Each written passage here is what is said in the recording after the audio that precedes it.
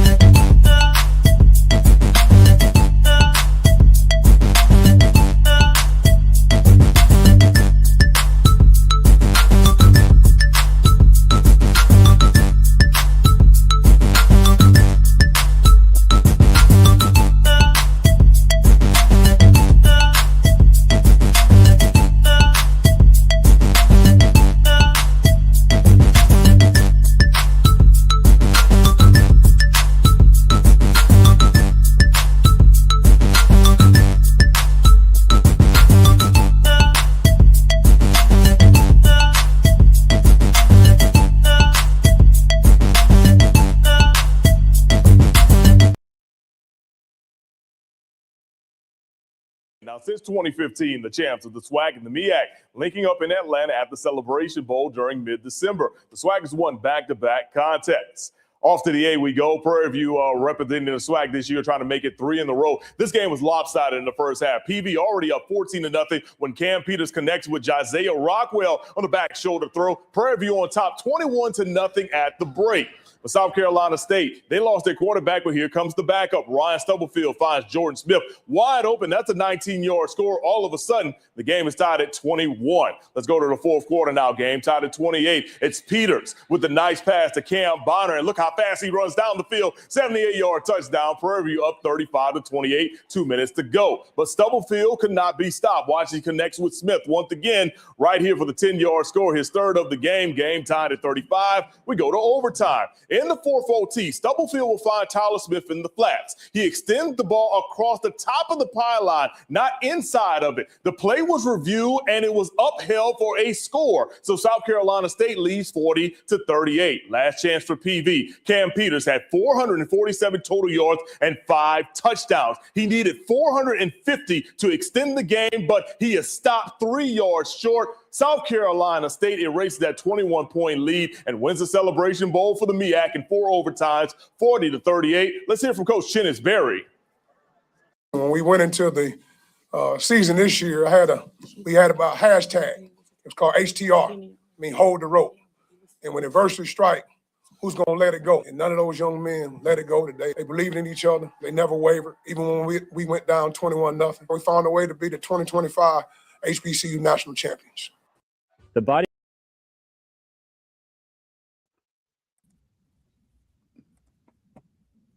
All right. Hey, good evening. Welcome to another live episode of the BCSN SportsWrap. Brian Fulford and A.D. Drew here following another exciting cricket Celebration Bowl. Celebration Bowl 10 is in the books, and I know Drew is happy as a preacher on Sunday. I was going to use another analogy, but I said, oh, hold on. Let me catch myself. I was listening to a sermon about the pastor was talking about catching your words before you speak. So I said, oh, I was about to say something real nasty, but I caught myself.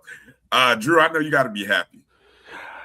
Yes, I am. And on Saturday, actually Friday and Saturday, I realized I did not have to go to church today because I felt like I had been listening to an old Baptist preacher, Chennis Berry, because of the motivation and inspiration that he gives when he's in his press conferences. Anybody who's been in the Chennis Berry press conference knows exactly what I'm talking about.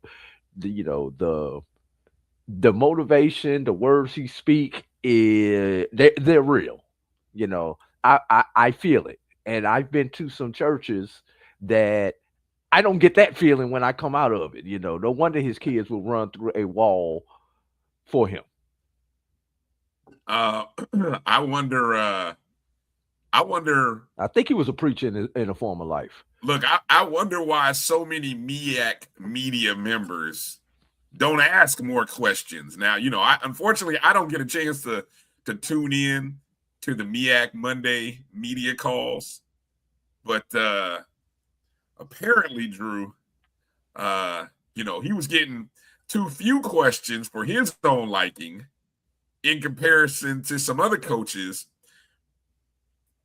with little less coaching experience and background. I'll just say it like that. And if you know, you know. If you heard the post game comments by Chinnis Berry, he keeps receipts. He keeps receipts. I'll say it like that, boy. I tell you what, man. The man keeps receipts. Did he ever? I don't know if you probably didn't get a chance to catch the pregame package that ESPN ABC put together. But I'll tell you, the pregame, because you know how they do the whole coaches, they went to the locker room and got the pregame. I watched it this morning. Woo! I tell you what, man, between Tremaine Jackson and Chinnis Berry, like, I don't even know what all Chinnis Berry said. I feel like I needed a caption. I needed to turn on my caption to be able to catch everything he said. But it was motivating. It was inspiring. It was hot. I mean, that was like, you know,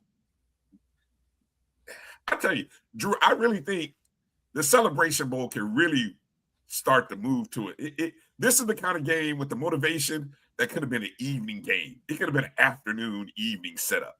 Because the way those two fired up the television audience, I mean, I was like, yes. I was like, yes. Good stuff, man. Good stuff. But needless to say, the 2025 HBCU football season has come to an end after the Celebration Bowl. And now we get a chance to reflect, not just on the game, but maybe a few nuggets for the season in general, as we go forward. So again, want to say hello to everybody who's tuning in and watching the show tonight, wherever you're watching us on our Facebook and YouTube feeds or on Instagram or Twitter.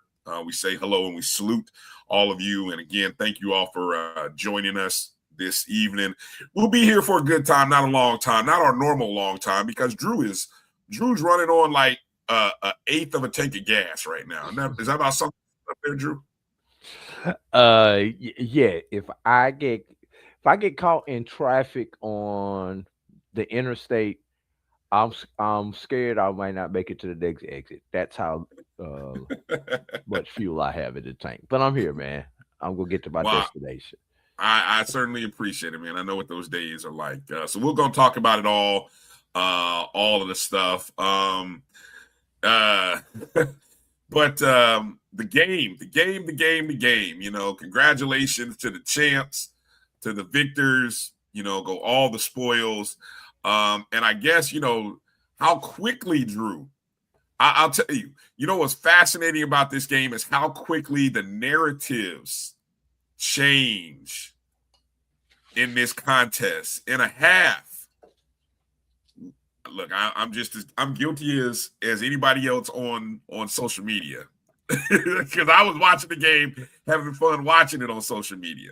But we went from a half of writing off Chinnis Berry to the point of saying, man, we're going to have to start having those conversations about Chinnis Berry's teams not winning the big game, to what is Prairie View doing and how are you giving up a 21-point lead? How, you know, how in the heck? And then, you know, then you start questioning play calling.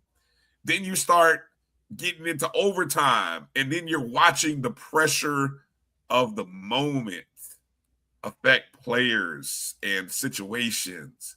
And then, of course, we get a little bit of controversy there at the end of the game, which, there's all kinds of things. Little bit?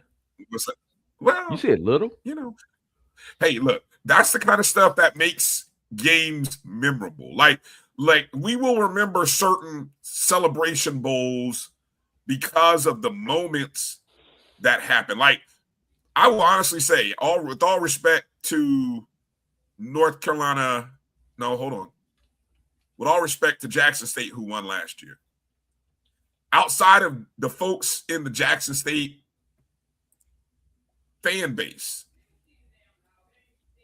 I would say we won't remember that game, but Jackson State folks won't let us forget that game. So I can't really say that. But in terms of the details of the game, man, you know, it's not memorable. But we will remember the comebacks. We'll remember the big performances and the overtime game. We'll remember all of those games. Is that being fair, Drew, or am I being a prisoner of the moment when I say that?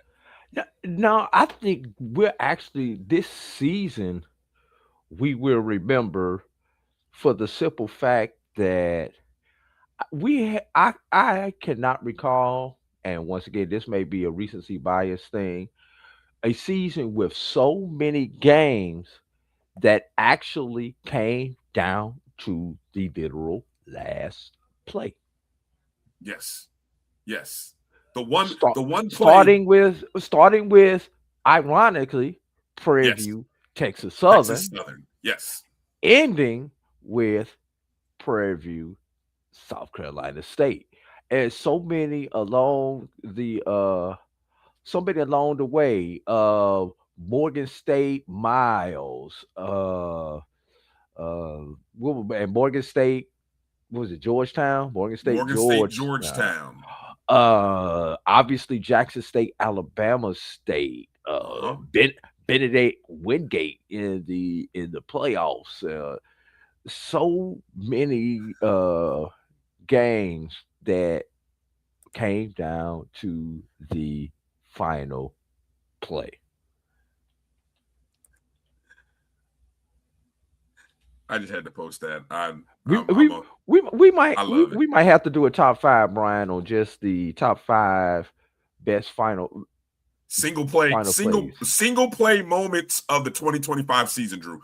Because it's funny you mention that, because that is something that I think Doc and I were kind of talking about the single plays that shaped not only the teams that were in the SWAC championship game, but just this Celebration Bowl, right? I mean, the single moments that shaped this year. And if you wanted to be that person and kind of do the what if, how all that played out, so it is fascinating to talk about that. But let's talk a little bit about the game. And then we'll get into some of the other stuff and go down memory lane with some of you folks here. Love you guys in the chat. So, a couple of things here, Drew. Now, what was the largest lead? Because I'm looking at the headline of the recap that you put out. Was the largest lead, were they down 28 points at one point, Drew? They were down 28 points at one point, and I'm looking at the record book right now. Okay. Largest deficit happened twice.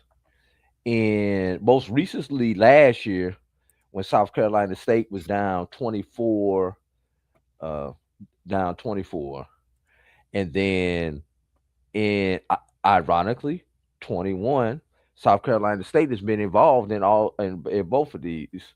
When South Carolina State was over Jackson State by 21 points.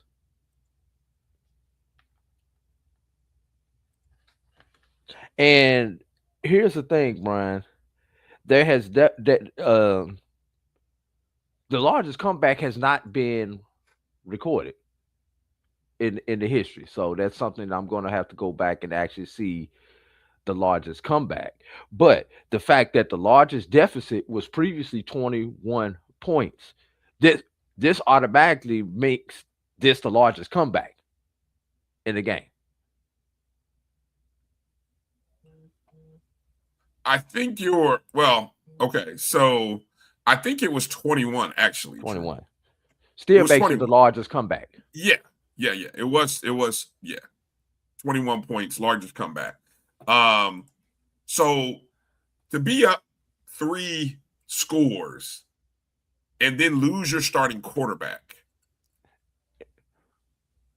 was pretty you could not have. Look, I mean, you talk about a script. a script made for a TV show or a movie. But what South Carolina State did, and then coming in with the backup, Ryan Stubblefield, who I believe he's been the backup behind at least 2 other starting quarterbacks at South Carolina State. So he's not new to this. Like, he was a backup 2 quarterbacks ago, if I'm not mistaken. Not last year's quarterback, who was the young man who transferred from Benedict, who was with him, Eric Phoenix. But the quarterback before that, I think it was Tyrese Nix, I think is his name. Stubblefield was on the roster. He was on the team then. So Stubblefield had been around the program, because I just remember his name, and I always remember that he'd been there. I was trying to quickly kind of pull up Stubblefield's bio here. The senior from Houston, Texas. Let me see. He's a transfer from UIW. So actually he was on, no, I guess, I don't know. The stats on the ESPN site only show that he was on the team last season. But I thought he was a part of the team even further back, but maybe not. But anyway, an outstanding job by Stubblefield to come in that moment. And okay, yeah, thank you for clarifying that. Yeah, he was also he was just a backup for Phoenix and Atkins. He was at UIW before, Incarnate Word, where, if I'm not mistaken, at Incarnate Word he was probably a backup for what's the guy who's the quarterback now who went to Miami and was the #1 overall draft pick by the Tennessee Titans. I think he was even his backup, if I'm going back. But anyway,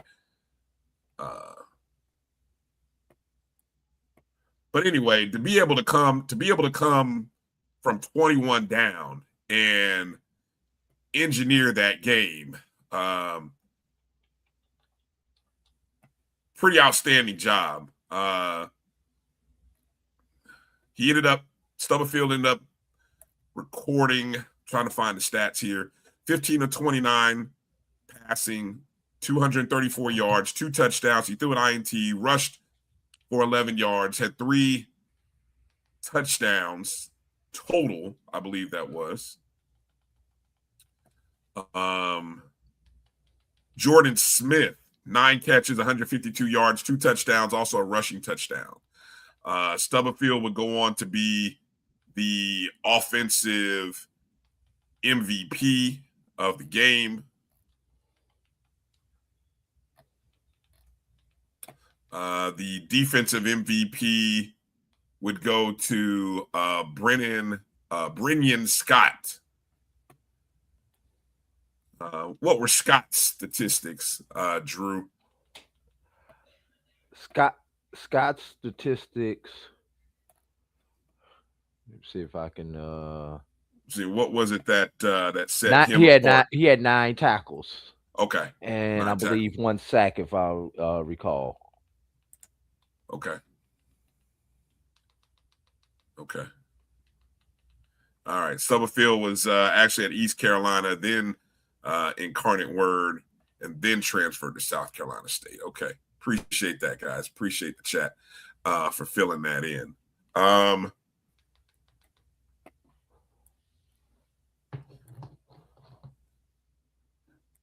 So all in all, look, I think we can talk about any number of moments in this contest, the back and forth of this game. And, I guess at the end of the day, when you look at this game, Drew, and say, is this a game that Prairie View, they had a chance to win multiple times, couldn't close it out. Or do you just look at South Carolina State and say the resiliency of the Bulldogs? And I think depending upon maybe which fan base you are, definitely you're going to look at it from those two prisms. But I'm fascinated just from the general fan. Like, you know, obviously we don't have an investment in South Carolina State or Prairie View. I know a few of you are, but for the casual HBCU football game fan, how do you look at this game? Yeah, there you go. Do you look at it like PV lost it or South Carolina State found a way to win it? That's fascinating. Can I take a cop out, Brian, and say both? Well, obviously two things can be true. But I'm just saying, if you had to stand on one side of the line, which side are you standing on? That's kind of what I'm asking the chat. That's what I'm asking here. If I had to stand on one side of the line, South Carolina State came back and took it. And everything started with that fumble in the third quarter. Yeah. Yeah. I'm trying to pull up my the game notes on that. Was that the let me see. Where did that occur? It was deep in the it was deep in their territory. It was bit early to mid third quarter. It was early third quarter.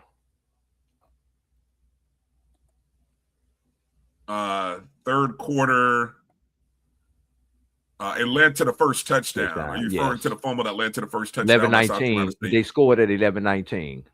Yeah. So South Carolina State punted on their first opening possession of the third quarter. Then Prairie View fumbles. South Carolina State scores on the next play 5 yards out. Then they force a 3-and-out and a punt by Prairie View. Then South Carolina State scores in 2 plays, 52 yards. Then another 3-and-out. And then another touchdown, 4 plays, 49 yards. And at that point, you're thinking, this game is drunk. What the heck? And that was the moment. That was, you know, and maybe scoring that, like you said, that key play of that fumble opened the door and opened South Carolina. Because you got to remember, South Carolina State is at that point, they hadn't scored. They didn't score in the first half last year. They were scoreless in the third quarter last year. So they had gone 5 of 6 quarters in the Celebration Bowl scoreless. And so getting that first touchdown was kind of like, woo, all right, let's go play. And then their defense held Prairie View 3-and-out, punt, touchdown. 3-and-out, punt, touchdown. And all of a sudden, we're looking at a 21-21 ball game at that point in the third quarter. And what does Prairie View do? Come back on the ensuing drive and go 6 plays, 75 yards, and retakes the lead.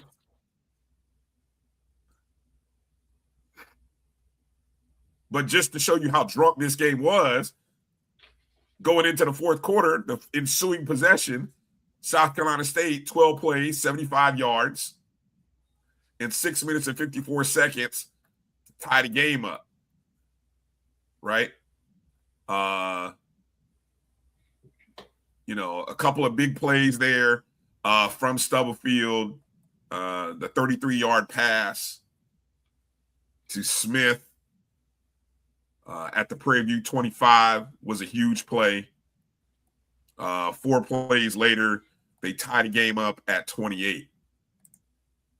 Prairie View says, hold my drink, because I'm coming right back at you. 2 plays later, a 78-yard touchdown pass. That was crazy. I mean, so every answer Every answer was answered. That's what made that game so entertaining to watch on TV. And I'm sure it was exciting for you guys there who were there live, watching that game go back and forth. So Prairie View has a 35-28 lead. South Carolina State then forced to punt 3 and out. Prairie View punts 3 and out. And we're in the fourth quarter now with about 7:08 to play. And South Carolina State goes on a 13-play, 62-yard drive, which ties the game up.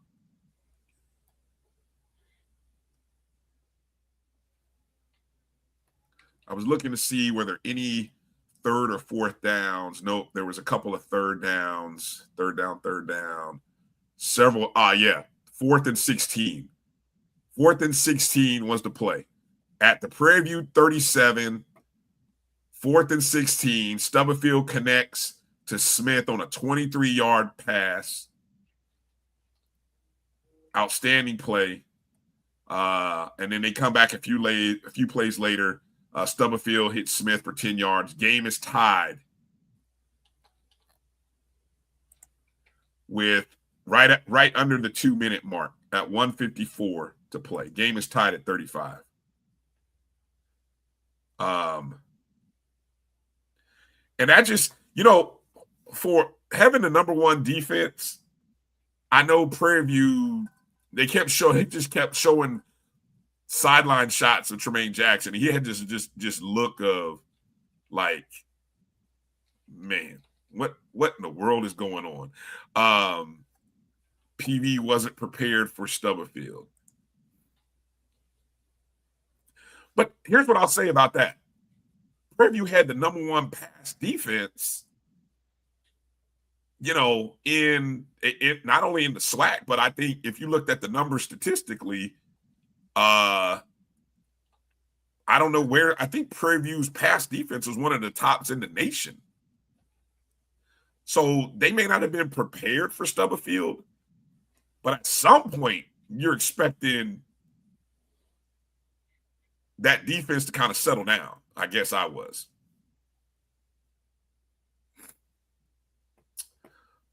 Any nuggets about overtime that surprised you, Drew? As we go into the double overtime, obviously South Carolina State's interception in the second overtime, Prairie View inability to. Did Prairie View do the right thing? Do you think Prairie View in that second overtime did the right thing playing for the field goal, or do you think they should have been a little more aggressive going for a touchdown? I mean, heck, you got to.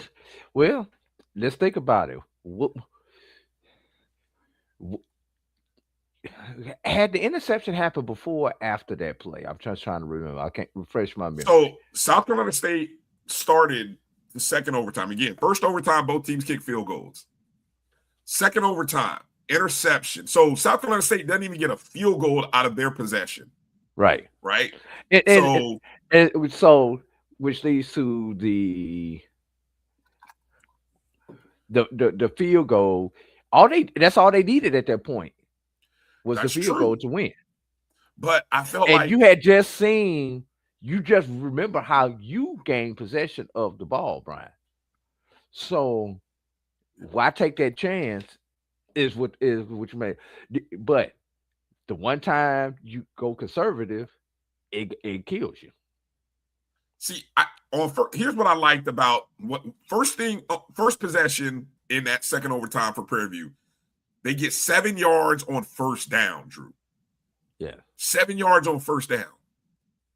And then on 2nd and 3, incomplete pass. And that's the play where I'm like, you just picked up 7 yards. Go get another first down. You want to get as close as you can, even if you have to kick a field goal.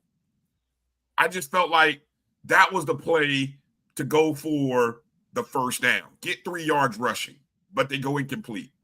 And then they come back on third down and they lose 3 yards.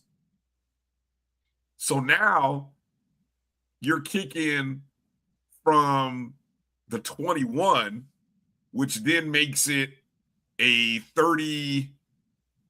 Let's see. It's on the South Carolina State 21. Technically, now I know they say the attempt is only 31, but technically isn't really it's a 38-yarder because you're 10 yards from the 21 plus 7 yards back. That is, I mean, that was the spot of the ball. That's how that's supposed to be marked. Yeah. So even though it's saying it's a 31-yard miss, it's really a 37 or 38-yard miss. No. 31. The ball was spotted on the 21. But he's kicking from the 21 27-yard line. The ball was kicked from the 21. The ball had to be kicked from the 21 with the stat. Okay, let me see. They started 1st and 10 on the South Carolina State 25. They picked up 7 yards. Now it's on the South Carolina State 18. 2nd down, incomplete.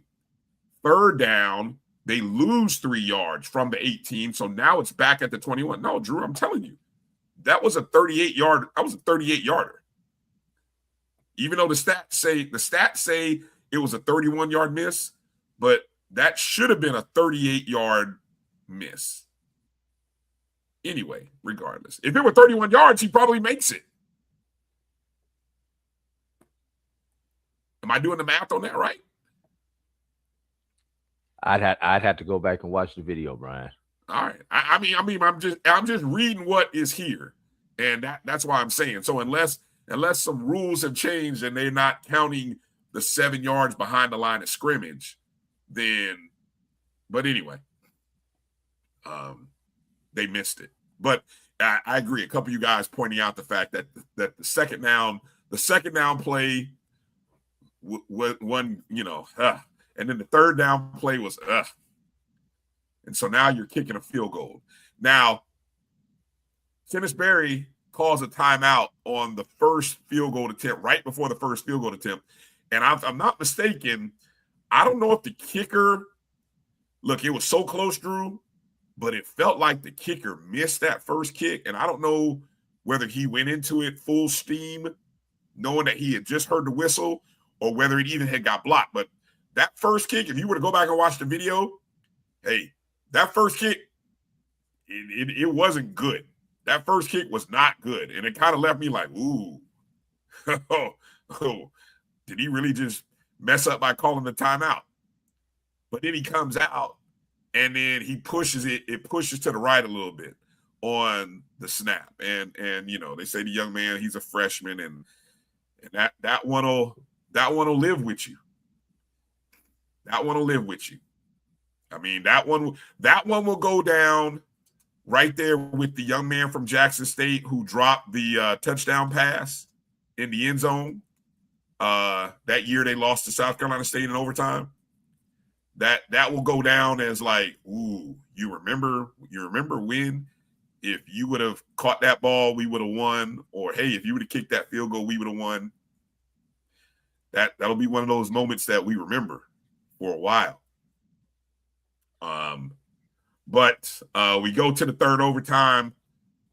Now, here's another thing, Drew.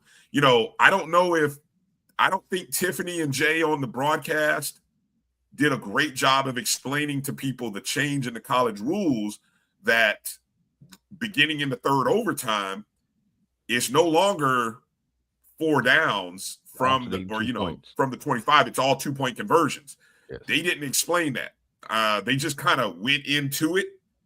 And, anybody who I don't think many people were fussing about it online, but it definitely was something that I thought should have been better explained going into the 3rd overtime, that, hey, now beginning in the 3rd overtime, it's one play. And so you get one play, one opportunity. Both teams come up short in the 3rd overtime. Then, of course, South Carolina State gets the ball first in the 4th overtime. Then the controversial, what do we call that? What is that play going to be forever known as? I got to think of a creative nickname for that one. You guys in the chat, give me a creative name. How are we gonna remember the infamous pylon play? What are we gonna call it? Thank you. Yeah, that was the drop touchdown with Jackson State, North Carolina Central. I'm looking for a name. What are we gonna call that? But anyway, that's when it happened. The plane. There you go. The Phantom Pylon. There you go. I love it. The Phantom Pylon. Okay. Oh, there we go. Keep it simple, Deputy Marlowe. The SEC score. I love that chat. You guys, the Phantom Pylon play. Or in South Carolina State lore, it'll just always be known as the SCSU score. There you go. I don't know. I said it this morning, Drew. The rules expert hired by ABC, ESPN, didn't do a great job of really hold that one back. Put that one back up, Brian. Atlanta Gate. Yeah. It's ironic that the largest comeback in Celebration Bowl history occurred in Atlanta, where the largest, the team that was involved in the largest comeback in Super Bowl history is based at.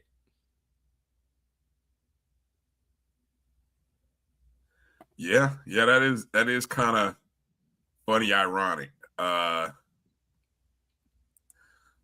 The spread beater.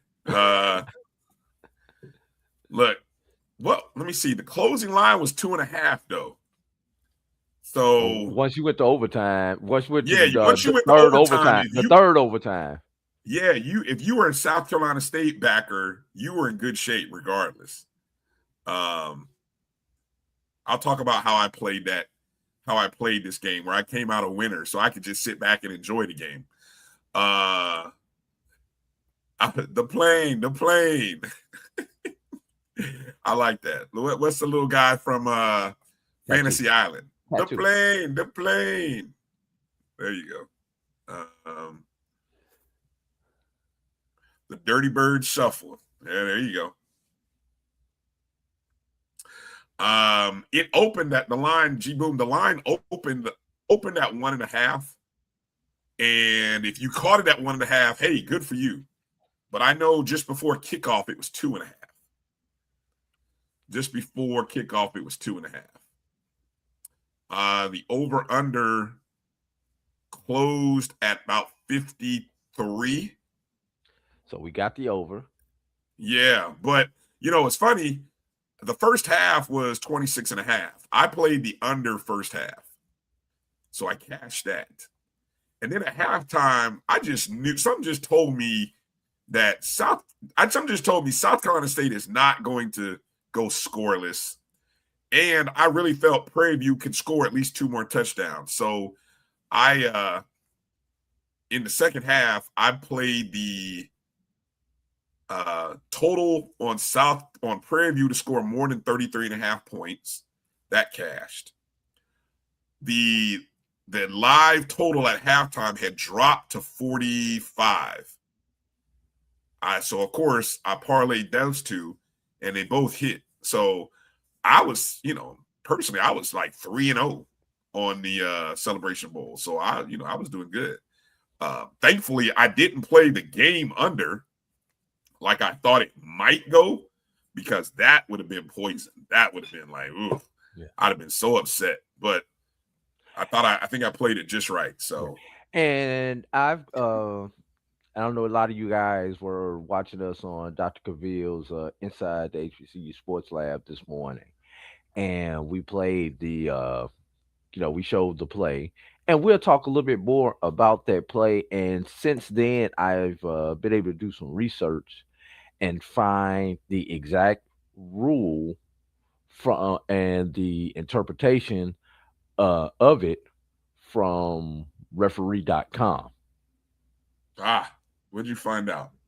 That's something you can share now, or you want to No, we'll get to it after we get through the rest of the game. Or if we're done talking about this game, we can we can leave. But I just want to get with some of the records that were broken in this game, Brian. Yeah. Do you have that? Yeah. Do you have that Yes. information? Is that on that sheet? Yes. Most passing yards by a team, Prairie View with 436. Most passing yards by a player, Cam Peters, 412. The new Um, hold on. The previous record on that 412 by Cam Peters was 364. yes. That was the Khalil Carter North Carolina A&T 64-point explosion The against joystick game. the joystick game, right? 108 points total, right? Yeah. Right. Most receptions, 9 by Jordan Smith. Wow. Most receiving yards, Jordan Smith, 152. Wow. Most sacks by a team, Prairie View with 4. Most Wow. sacks Nice. by a player, Sterling Roberts, 2.5. Okay. Good stuff. Yes, Again, so yeah, good stuff. A lot of edits have to be done for next year's Celebration Bowl book. yeah, definitely.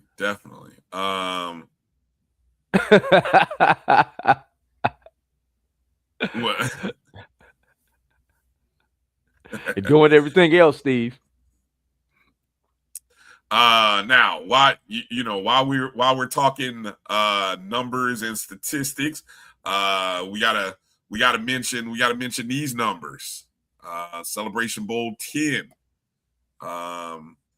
26,703 was the attendance numbers, and as you can see from the previous years. Obviously, you had 5 years before the pandemic and the 5 years after the pandemic. And obviously, prior to this year and last year are 2 years in which there has been no week between the SWAC championship game and the Celebration Bowl. We kind of knew that because of the advent of the college football playoff system, the Celebration Bowl moved up. A lot of bowl games moved up a week. And so you saw the attendance numbers, 26,703 compared to 36,823 last year. What, and I may be, if you don't have an answer for this, Drew, feel free to pass on it. But what do we know about the schedule and the timeline for the 2026 Celebration Bowl? Will it look similar with no break after the SWAC championship game? Yes, 2026 will be the second week in December. But what this really implores is, and I don't know if I should go here with this. You should be making plans to attend the Celebration Bowl, especially SWAC fans, no matter if your team is there or not, to support your conference. This is not the old way of doing this, where you wait and see if your team is there and you've got 2 weeks to make your plans. Because let's be real, if you had to get a last minute flight out of anywhere USA, waiting on Saturday's results to make it to Atlanta, you paid a premium. If you waited on hotel rooms, you possibly paid a premium. Rental cars, everything else. So, SWAC fans, I implore you, make your plans to be there no matter what. Support the conference. This is our Super Bowl. Brian, who where's the Super Bowl at this year? Oh, I don't even know, to be San honest. Francisco. Okay, San Francisco. Ooh, that's expensive. I won't be there. San Francisco. But how long have we known that the Super Bowl is going to be in San Francisco? 3 years. Yeah. 3 years, Brian, right? True. So, and you can buy your flights usually like 6 months in advance. So, in July, August, if I was planning on going to the Super Bowl, I would have booked my flight to San Francisco then to get the best rate. Some airlines you can go 9 months in advance. Make your plans, especially those who have to fly. Get your tickets when they are the most affordable for you and your budget. Plan on being there no matter what. Support your conference. And I saw so many people who were not directly involved with the game there. Mm-hmm. I saw many of people who were not PV. I saw many people who were not South Carolina State. And with PV's school colors, you had to look at people's paraphernalia twice to see if they were PV fans or members of Omega Psi Phi. And I know there were some that were both, but you had to look. D9, you should be there no matter what. Support the conference. Support the game. It's about the culture.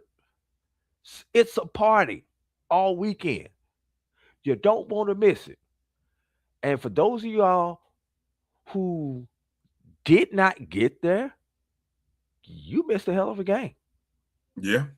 Yep, You you're right. missed a hell of a game.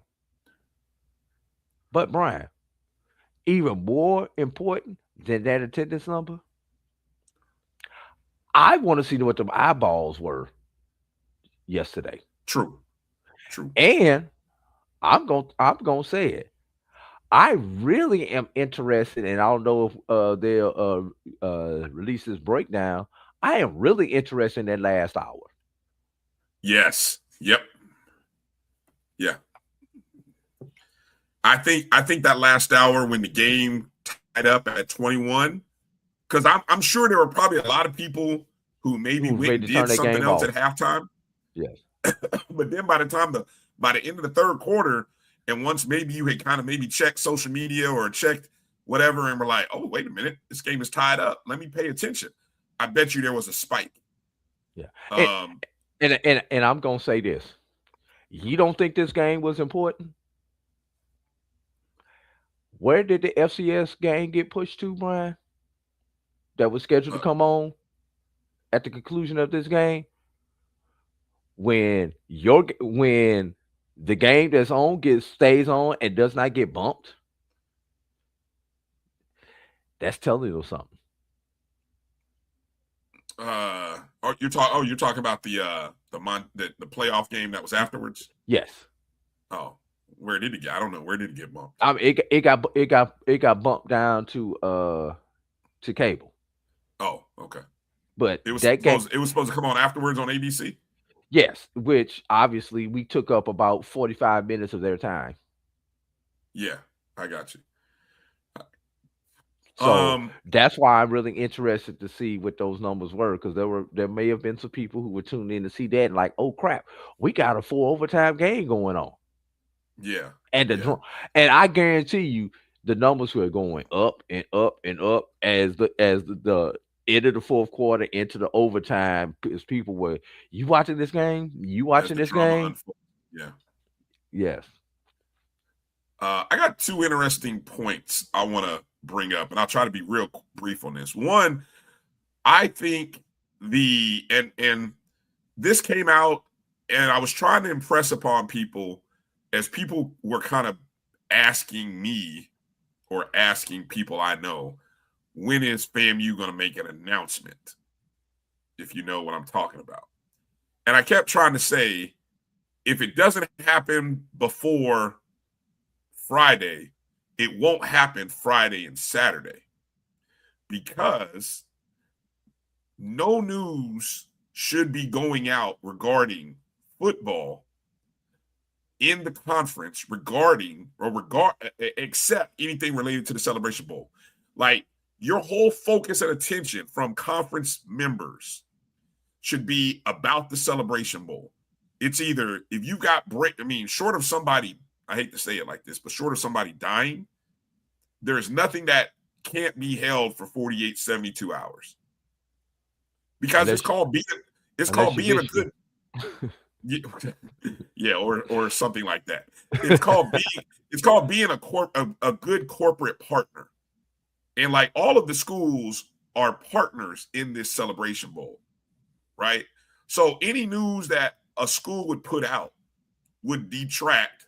And I know people say, oh, that wouldn't detract. Yes, it would.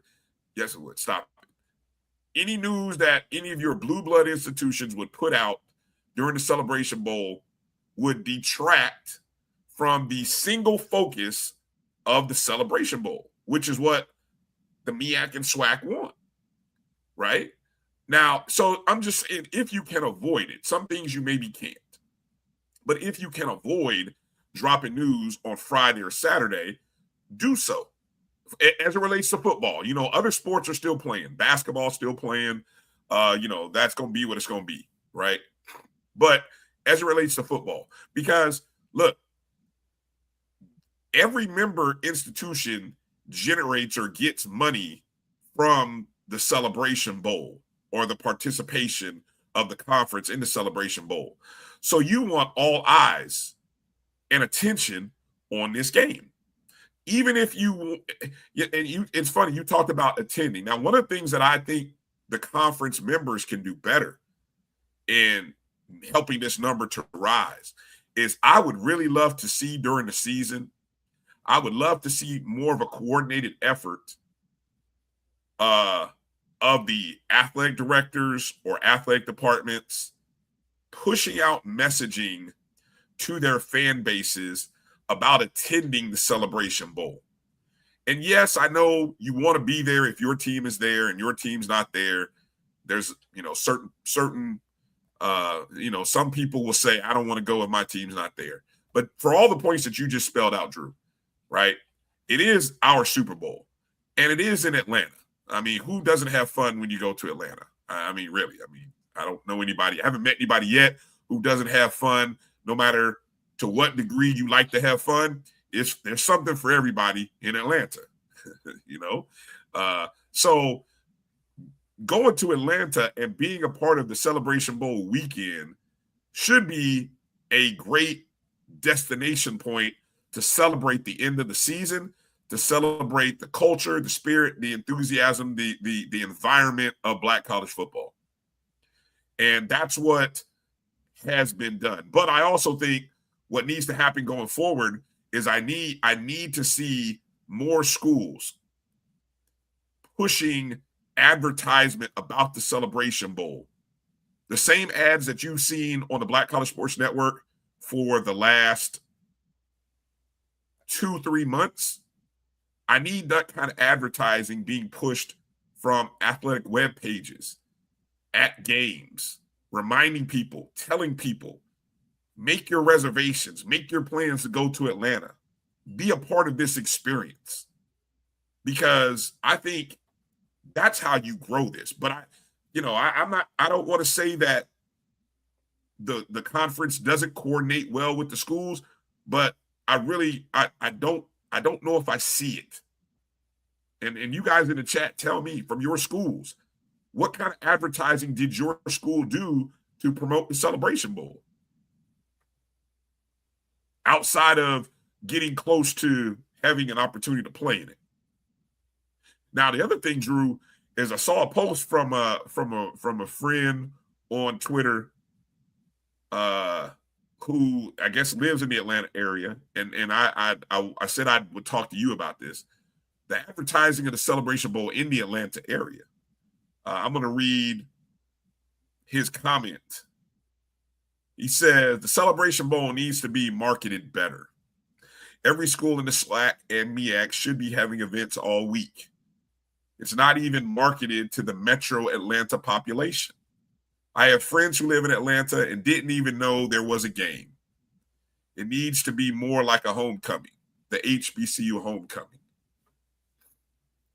I don't know about the advertising in the Atlanta area. Drew, what would you comment? How would you comment to that statement? Here's the thing, Brian, and maybe you can help me solve this, and the people in the chat can help me solve this. And this is not about Atlanta. This is about any major metro area USA. How do we reach you? Tell me, how do we reach you? Brian, once upon a time when we'll just go back to when we was in school. How did people reach us? You put a commercial on TV. You hit the black radio stations. Yeah. And then you would hire a street team to flyer everything, the barbershops, the cars, and everything like that. That was 1990-ish. Right. With Brian, if I put an ad on the radio, would you hear it? My point. Depends on what radio station. I'm just saying, maybe on a black maybe not. on a black radio station or even a sports talk radio station, would you hear it? I know I wouldn't, and I'm gonna tell you why, Brian. When I am in my vehicle, I'm primarily listening to my Sirius XM, or I'm listening to. I've got my phone connected to my vehicle. And I'm listening to a podcast or something like that. So, how do you reach me? Am I, yeah, you got the billboards, the digital billboards, but how do you reach people? Obviously, we know you can push through your social, your IGs and Facebooks and all that kind of stuff, but and you can geofence certain markets that you wanted to go through, but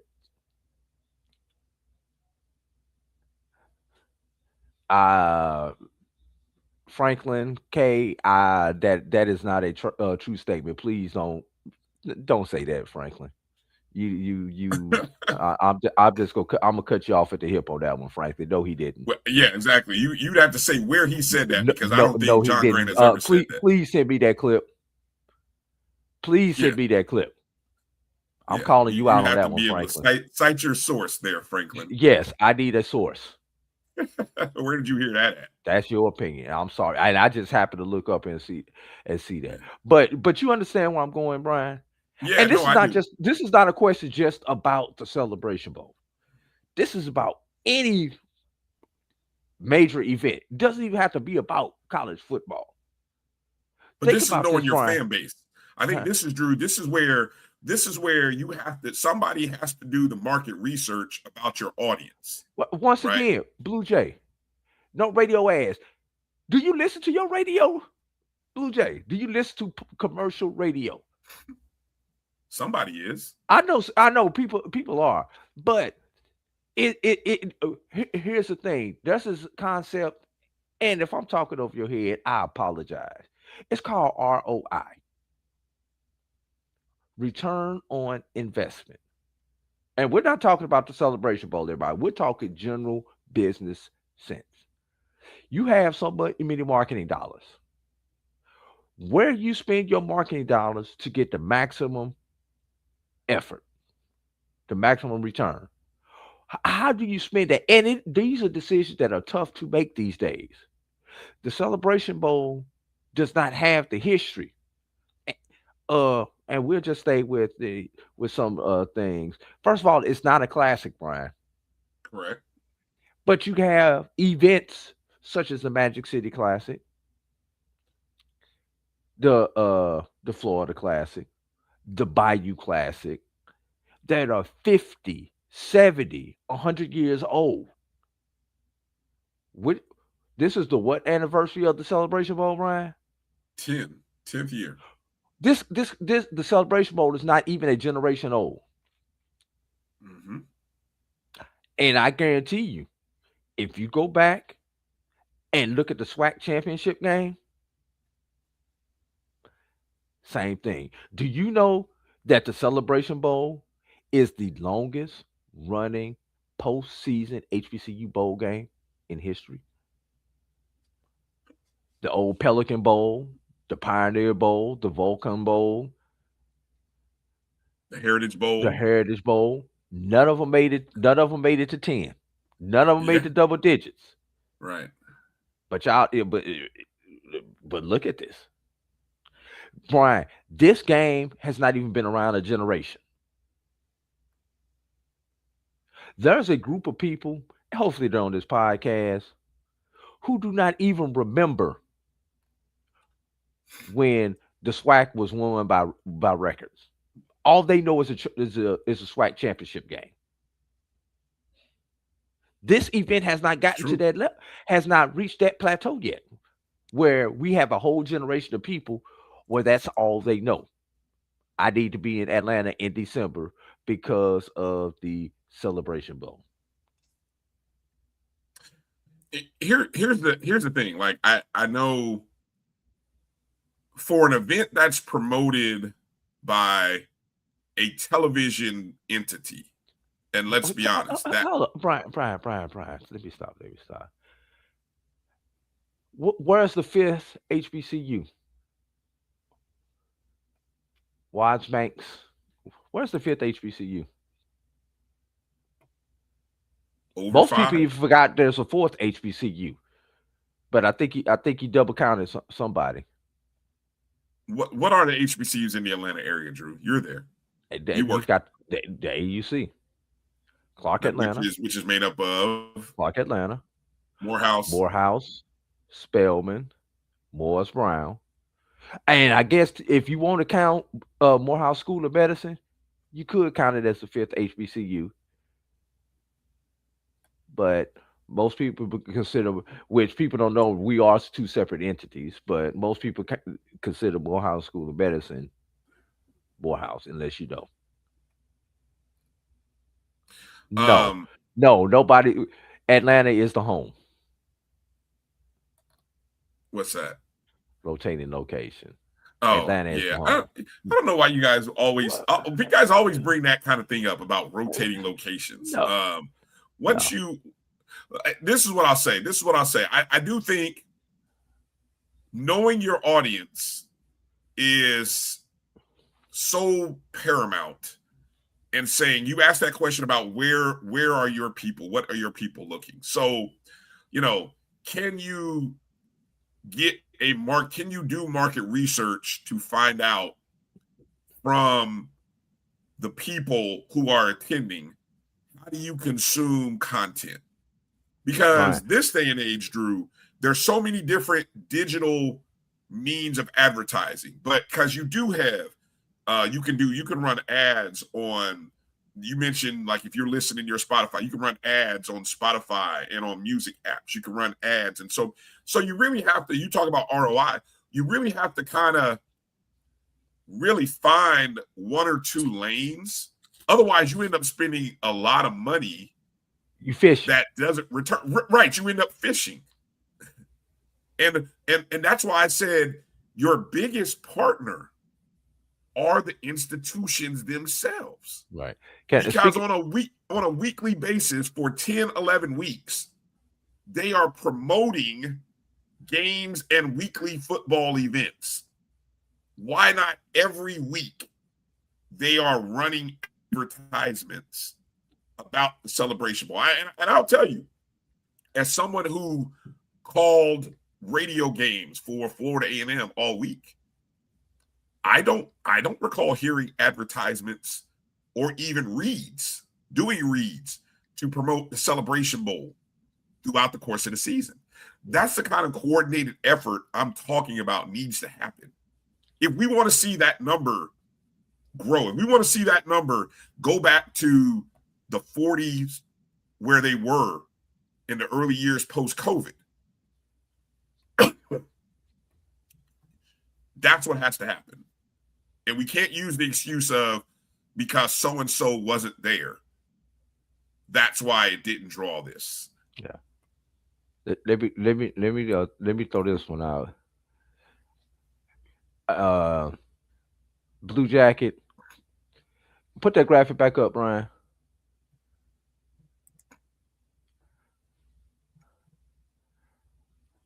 I believe in that 48,000 games, that 49,000 game, that 32,000 game. The SIAC had basketball games those weekends, and we know schools were out for Christmas back then because the game was a week later. That's true. I mean, I like that, but that's not a good excuse. But I like your concept, No. Um, and one other thing, and this one is real, Brian. I will say that since the game has been moved up a week, the game does compete against winter commencement, and that is a real factor. I will say that. what do you mean at this most schools? A lot of schools this Yes. weekend is a weekend where there are a lot of winter commencements. That is a realistic factor that people have to understand on that one. I will say that now That is that a one is legitimate. that is a good point. That's a very good point. That's a very good point. Um, okay, hold on. I'm gonna pull up your question, EA, because I'm trying. I think I started here. I think this is okay. EA, I'm assuming this is your question. You're asking, what do we have to show for it? Now, I preface it. I say, who is we? Because I will tell you, EA, if the we is schools from the MEAC and SWAC, they have a lot to show for it.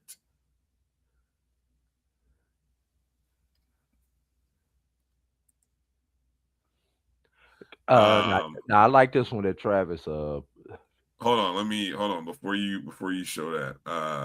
Let me find EA's note here. I may not be able to find it in time. So Yeah, go ahead I and show go to Travis. Brian. Go ahead and show Travis. Travis's. Same people who listen to you. Oh, I turned my camera off. My bad, y'all. The same people who listen or look at the school sites or are already making plans for the game if they are going to go need to hit different audiences. I agree with you, Travis. My question is, and the question we're talking about is, how do we reach those audience? How do we reach the casual fan?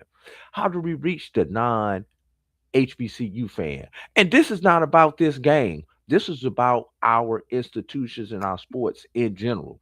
Because everybody knows when you go to most of our HBCU campuses, our HBCU classics, it is an event. But how do we reach those? How do we reach those people?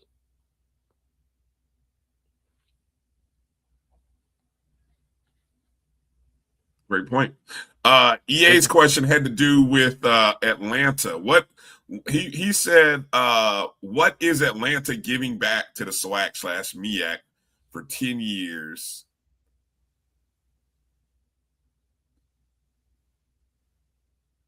And I don't know, is that 18? What does it say? Oh, what is Atlanta giving back to the MEAC SWAC for 10 years and 1B to their economy?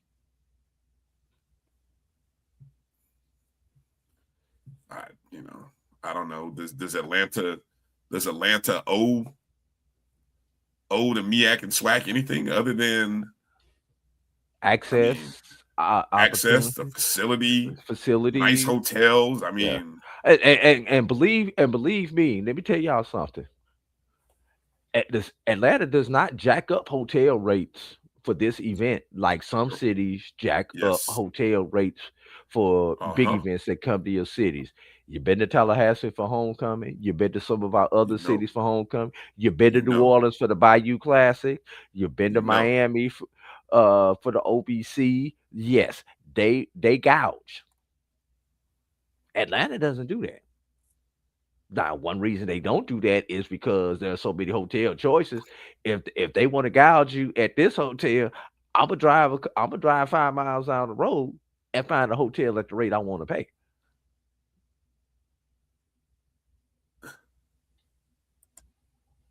Look, I don't know what you guys are Yeah, thank you. Atlanta, exactly. Thank you. Except being a good partner, which they are. Which they are. Which they are. I Yeah. mean, come on. I mean, I don't see. Look, I've been to the hospitality of the event is the venue, everything is I no complaints. I have no complaints about going to Atlanta. I mean, look, you can't do anything about the weather. It is what it is. But, I mean, you got issues with that. Talk to Mother Nature, talk to God. I mean, I don't know. EA. I'm gonna ask that question. Can you tell me what New Orleans gets for the Bayou is pumping back in for the Bayou? Can you tell me what Birmingham is pumping in for Magic City? I can go on and on down the list. What is Dallas pumping in for the State Fair? Come on, EA. Come with something behind your argument. Yeah, I don't know. These events aren't around for these years if there isn't a partnership between the cities, the Chamber of Commerce's, the tourism departments, and everybody else, and it's some type of win-win for everybody. It's not just about, yes, we are consumers. We are doing a lot of consumption on this weekend, from gas to hotels. They make a lot of tax money out of us coming. But it's a win-win. Are you getting the experience that you want? Because I will say this: Atlanta is a very welcoming city for our classic, for our games, for our bowl. Some cities, I'm not gonna call them out, that I have been to for events of this level are not as welcoming to us, to people of our community and of our complexion as the city of Atlanta is. The only thing that you have to worry about in Atlanta, and this is real, is can you deal with the traffic? Once you get past that, this very welcoming. Very welcoming. I know other cities that are not welcoming of us. Thank you, G Boom. Let me put up a little roll call here, a little roll call graphic that I put out earlier, Drew. And I know while I see Israel in the chat, I'd love Israel to respond here. I'll let you get through the messages. Good stuff by Kelvin. It's indoors. Well, in December, I'm sorry. No offense to Charlotte. I'm not going to Charlotte for a bowl game in December. I love that. Kelvin said from the hotel to the cigars. It was incredible. I just don't, again.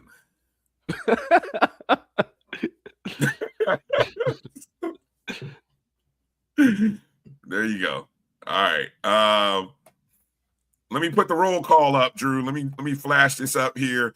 I put this out earlier. The final roll call of the 2025 Celebration Bowl.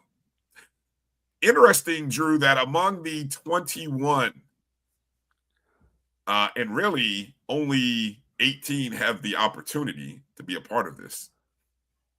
There have only been 9 schools. Well, really 8 active schools that have made an appearance in the Celebration Bowl. Only 8 active MEAC SWAC members.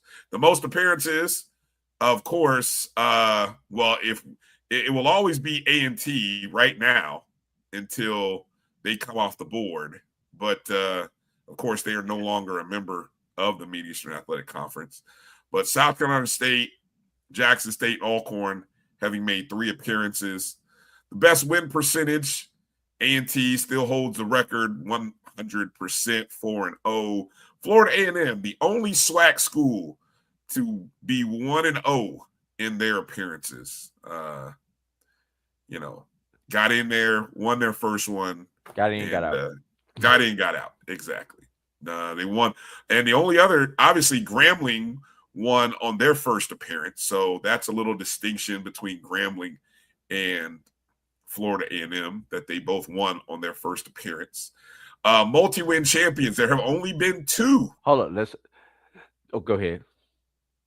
Well, I was just saying, multi-win champions. There have only been 2 schools that have won more than one Celebration Bowl, and that is now South Carolina State, along with North Carolina A&T.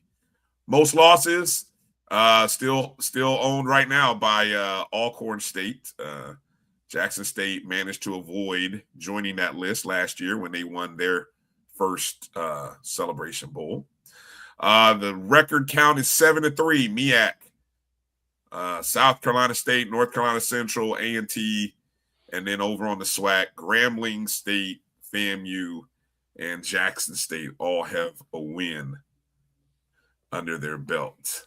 Can I throw another one out there, Brian? Yeah, sure. How about only 4 schools have won in their first appearance in the Celebration Bowl? Oh, yeah, I like that one. That would be, of course, North Carolina A&T, South Carolina State, Grambling State, and then Florida South A&M. Carolina State, and then Florida A&M. Won their first try. First appearance, yeah. Oh, I'll include that for next year. Prairie View had a chance to join that distinguished party, but that pesky little field goal thing kind of did them in. I was curious to see what EA was referring to. He said I did something, but he said something about Grambling. Did I do anything wrong to Grambling in this graphic or this information I put out? Why is that another FAMU stat? I'm just stating the facts. What are you talking about, Steve?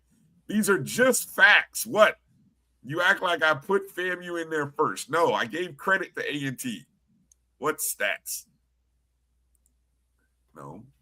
We holding it down for the SWAC. That's all.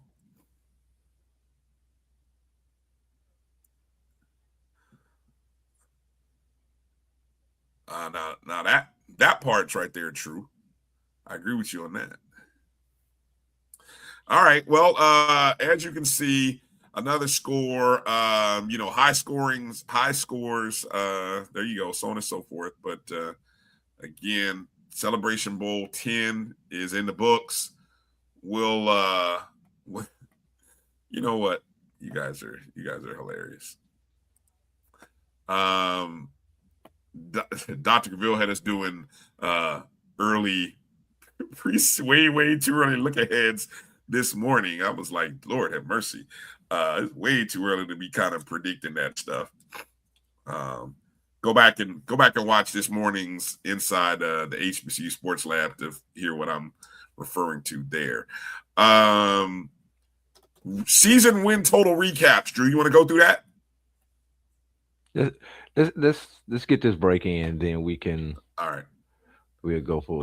Let's get the break, and then we'll close out. I think we'll close out hopefully with the recap of the win totals, and then the I don't know, Drew, are the top fives? Is the computers done all the number crunching? Do we know our champions? Yes. All right. We don't have any crazy surprises, do we, Drew? Please, guys. I don't think so. Okay, so the computers. All right. It always self-correct. It always okay. As long I'm just praying the computer did right, this time, because the last thing we want is a controversy. So okay. We'll take this short break and come back on the other side. We'll look at the win totals from the 2025 season among the FCS schools, and maybe look at it from a picture to kind of say, the real evaluation of how your team performed this well is always based on preseason expectation. And I think that's the best way you can look at your season. And then get ready and get excited, or maybe shake your head at what's to come for 2026. This is the BCSN Sports Wrap right here on the Black College Sports Network. We'll be back in just a moment.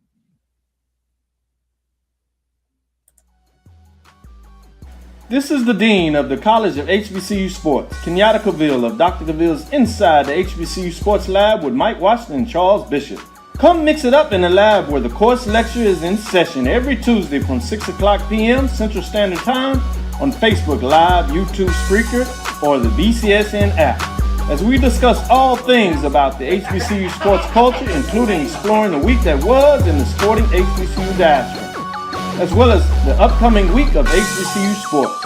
With me, the Dean, the College of HBCU Sports, on Dr. Cavill's Inside the HBCU Sports Lab with Mike Washington and Charles Bishop. Course lecture dismissed.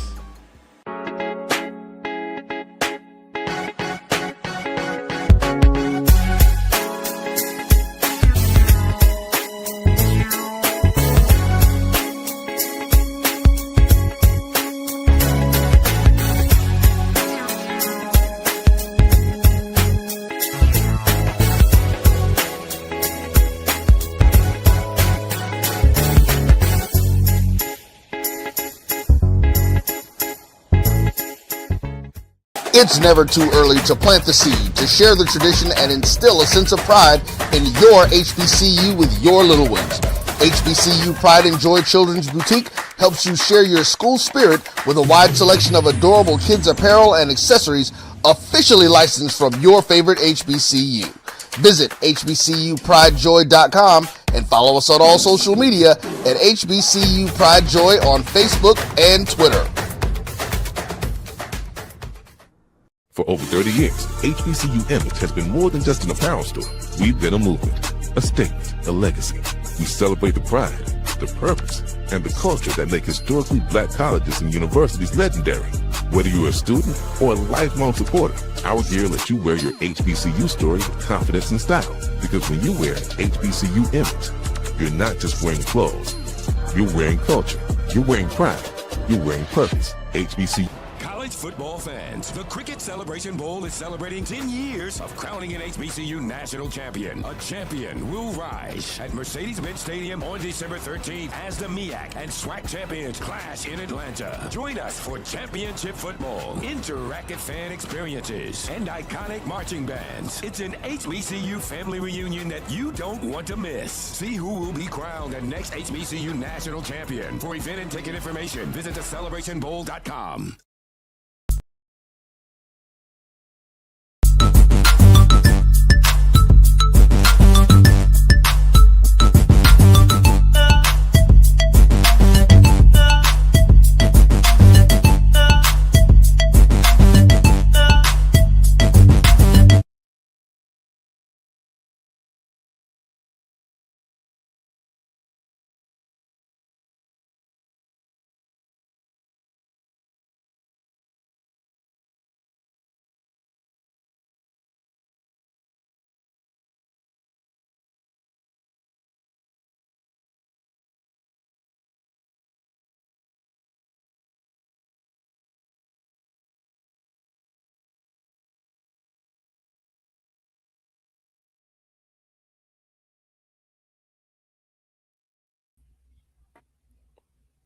That play right there, Brian. After further review, we're unable to see the play very well. The call is upheld. Yeah. Well, here's the thing, Brian. On that play, if the call would have been no touchdown on the field and they go Correct. to review, there would have been no touchdown. There would have been no, well, that's a 2-point conversion. There would have been no score. That was one of those, there was not evidence that what is it, undisputable, irrefutable evidence to Correct. change their call. So, with that being said, Brian, I found this article on referee.com, which is a guide that for those who officiate, it's kind of it's one of those guys, kind of like what Black Enterprise is for business people, or the Wall Street Journal, or Fortune for business people. It's that type Right. of magazine, and has a lot of information.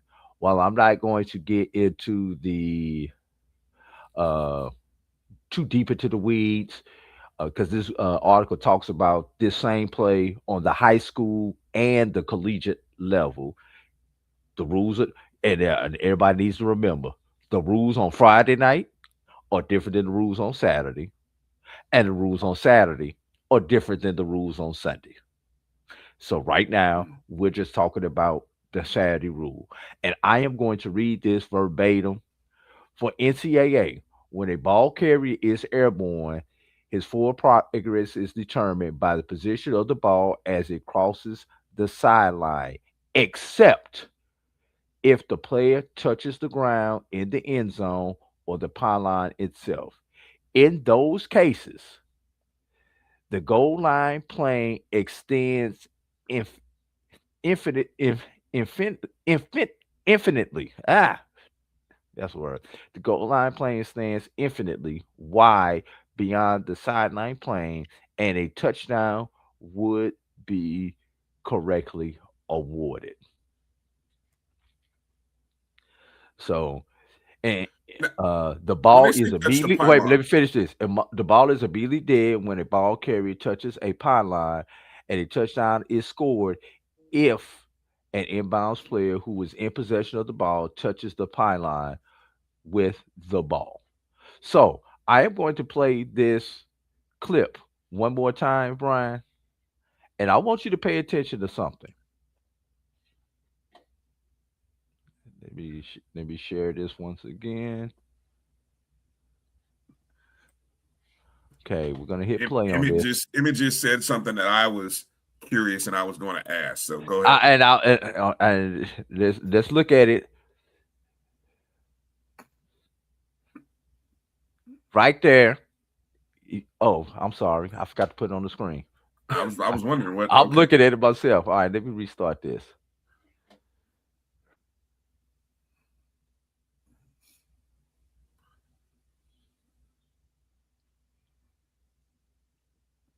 That's a good question. Did he touch the pylon right there?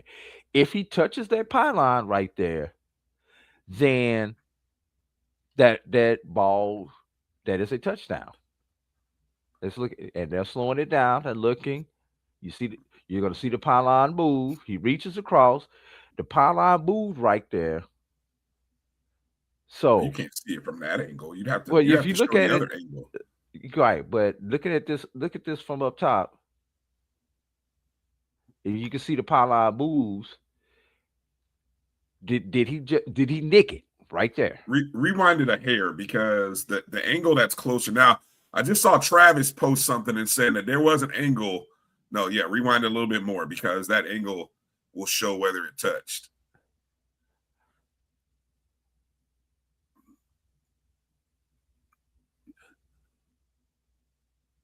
So his finger went over the pylon. Is that what counts, or is it his, or It is it the has to touch. It has to touch it. According to that rule, touch it it? has to touch. Touch it. Touch the pylon? Yes, that's what the rule just said. He has to touch the pylon. Well, it didn't move. Wait, It didn't move. No, nope, it didn't move. now here's the thing, Brian. Let's look what this. Let's look at where this official is standing at. Yeah, he's on the line trying not to No, get wiped no, out. no. No, Yeah, right. But see, right here, he steps to the side, trying, like you said, try not to get wiped out. Did that affect his vision? oh, very much probably so. Okay, because mechanically, he should have stepped directly backwards, but he did. He stepped to the side. Now, Did that affect his vision on whether he could clearly see whether he touched that pylon or not? I'm not sure if they had. I'm pretty sure they may have had different angles upstairs, maybe a direct sideline view. Hopefully, they had a goal line cam upstairs. We don't know, but that's the play. But here's the thing: just from naked eye, when this official sees this, and when we go to this angle. Yeah, this is the angle that I was talking about on the show that I could see that it went over. I'm talking about the call on the field right now. So he sees him diving, and the official sees the pylon move. If you can see it right there, the pylon moves ever so slightly. In that official's eye, that pylon was touched by that offensive player. So his interpretation by how that rule reads, if the pylon is touched, the goal line extends, which in this case, the ball has crossed the goal line extended, which makes it a score. 2-point conversion, folks. It wasn't a touchdown, guys. Yes. It's 2-point conversion. 2-point conversion, right? Yes.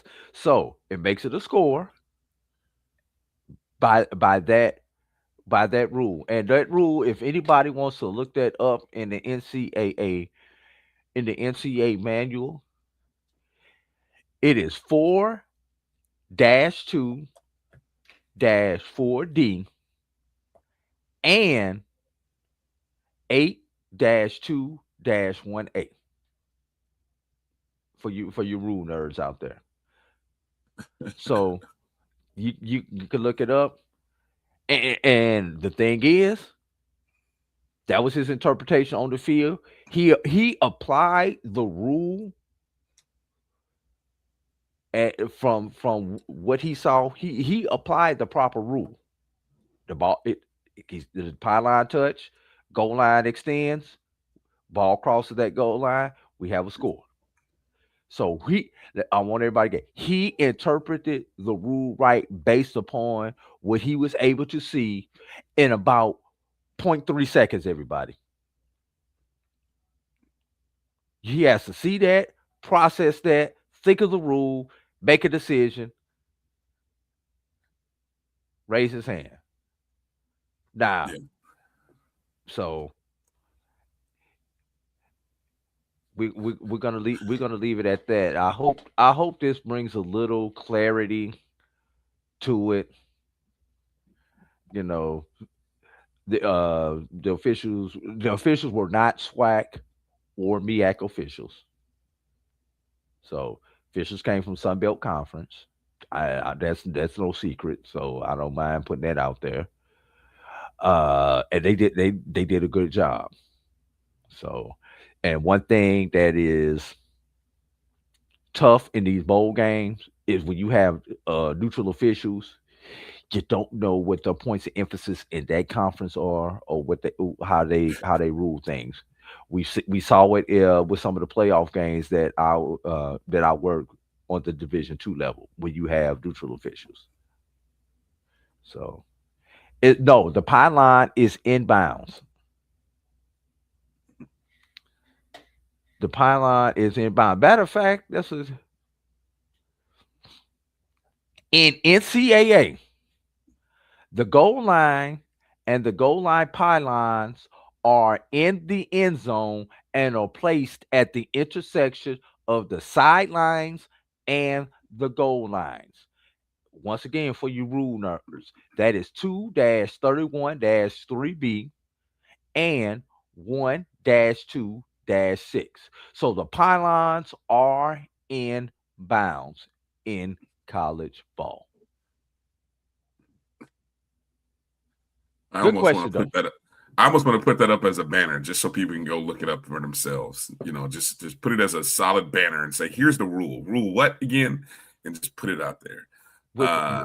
You want me to read that to you again? Yeah. Hold on. Do it again. I'm gonna put it out here so everybody can go look it up on their own and say what it is. What is the rule? Rule what? 4-2-4D, as in David, lowercase d to be specific, Okay. and also 8-2-1 alpha. 8-2-1 alpha. Yeah, 1A. And the about the pylons, Brian, that's the goal line. Those are the goal line rules that applied in this case. Hold on.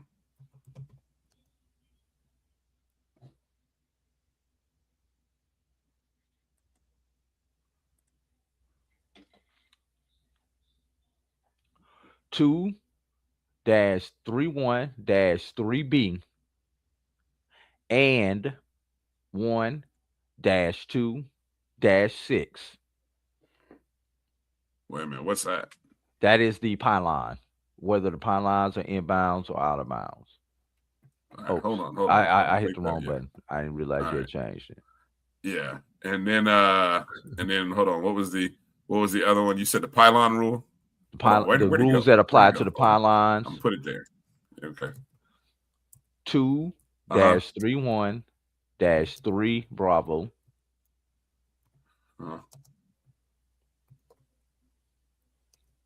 And 1-2-6.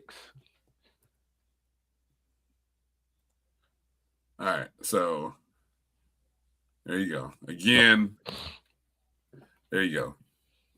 So for those of you who want to write it down and go look it up for yourself, make sure you pull the current NCAA manual. Don't pull one for 24, 23, 22. Pull the rule book that applies to 2025 if you're going to pull it up. There you go. And this article on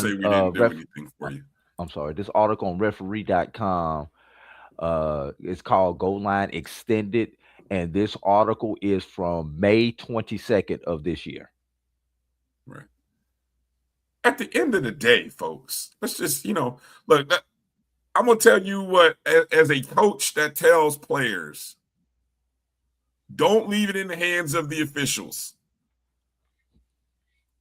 No matter what sport it is, you never want to leave it in the hands of somebody else. Prairie View had a chance to win the ball game, and they didn't. Okay, that's it. So we can talk about. You can go look up, and you can interpret all you want. But at the end of the day, look, they had an opportunity. It didn't work out for them. South Carolina State capitalized, and they won the game.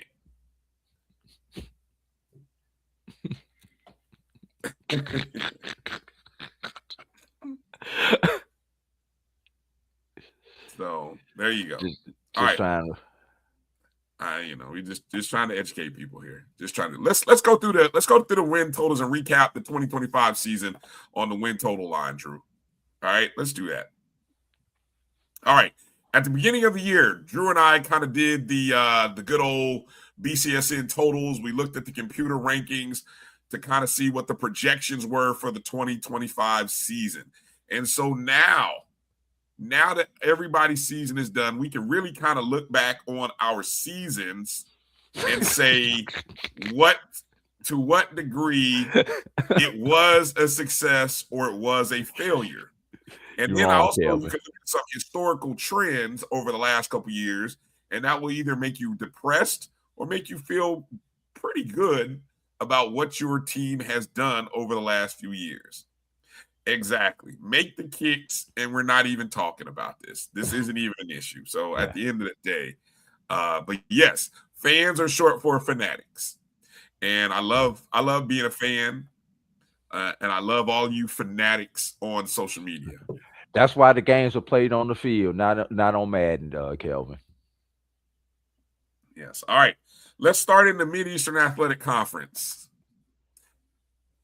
So, in the Mid-Eastern Athletic Conference, you see the second column to the left, the 2025 BCSN total. Boy, We we set got the that one number. wrong. Yeah, well, this is just in general. We set the number based on win-loss projections. And if it's in green, that means they went over the number. If it's in red, they went under that number. And then the column, you see the Massey prediction, and in parentheses is the final. So when you look at Delaware State, the BCSN total was 2.5 wins. They went soaring over that number, finished 8-4. So, you know, that's and Massey even predicted him to go 2-10, right? And if you look at the wins over the last few years, in 2014, they were 1-11. In 23, they were 1-10. You know, so the last two seasons were pretty dismal for Delaware State. So just adds more fuel to the controversy as to why the MEAC voters didn't vote Deshaun Jackson Coach of the Year. I don't know, but whatever. It is what it is, right? Howard University. We set the number at 4.5 for Howard. The Massey prediction was 4-8. They finished 5-7. Now, you know, was 5-7 a successful season for Howard? Probably not, but it was more wins than last year, and it was about on par with what they did the previous two seasons. You know, so you know, Howard kind of met expectations. The disappointment, I think, the biggest disappointment in the MEAC had to be Morgan State. They were predicted to finish 7-5. We even set the number at 7.5. And a year ago, you know, if you see the trend in what was going on with Coach Damon Wilson the last two seasons, he won 6 games in 24. He won 4 games in 23. So everything looked like it was trending upwards, and then kind of it just didn't. So negative season. Norfolk State also, I mean, my God, 3 wins under prediction. 1-11, that was bad. Now, you know, North Carolina Central is an interesting twist here because the line was set at 8.5. Now, they were predicted by Massey to go 10-2. We had them a little lower than that at 8-5. They still finished under, and obviously the 2 main losses for them, the Delaware State game was not an expected loss. And then they lost the end of the season. They also lost to South Carolina State. So, you know, had they won one of those games, you know, their season might have finished with 9 wins, similar to the last 2 years. But 8-4, still pretty good season for North Carolina Central, although it didn't meet expectations. South Carolina State, they hit perfectly, just about on expectation. They were predicted to go 9-3.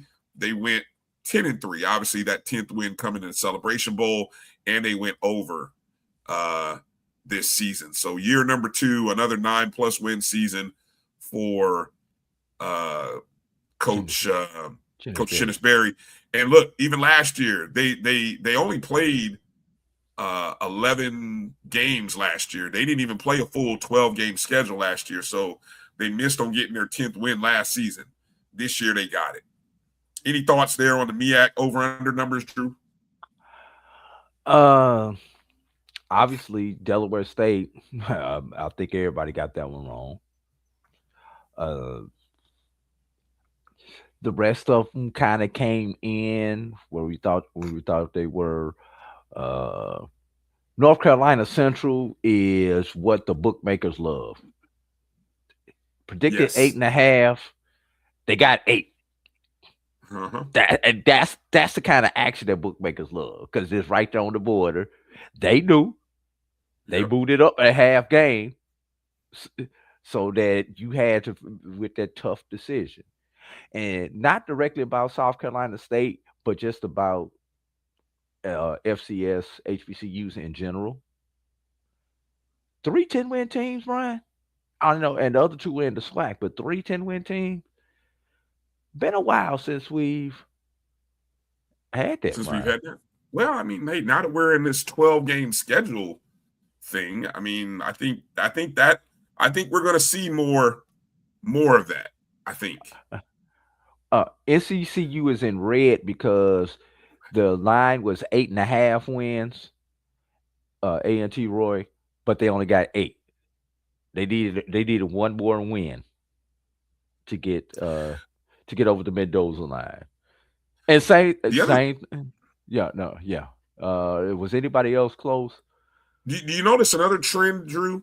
Nobody performed either higher or lower for 3 consecutive years.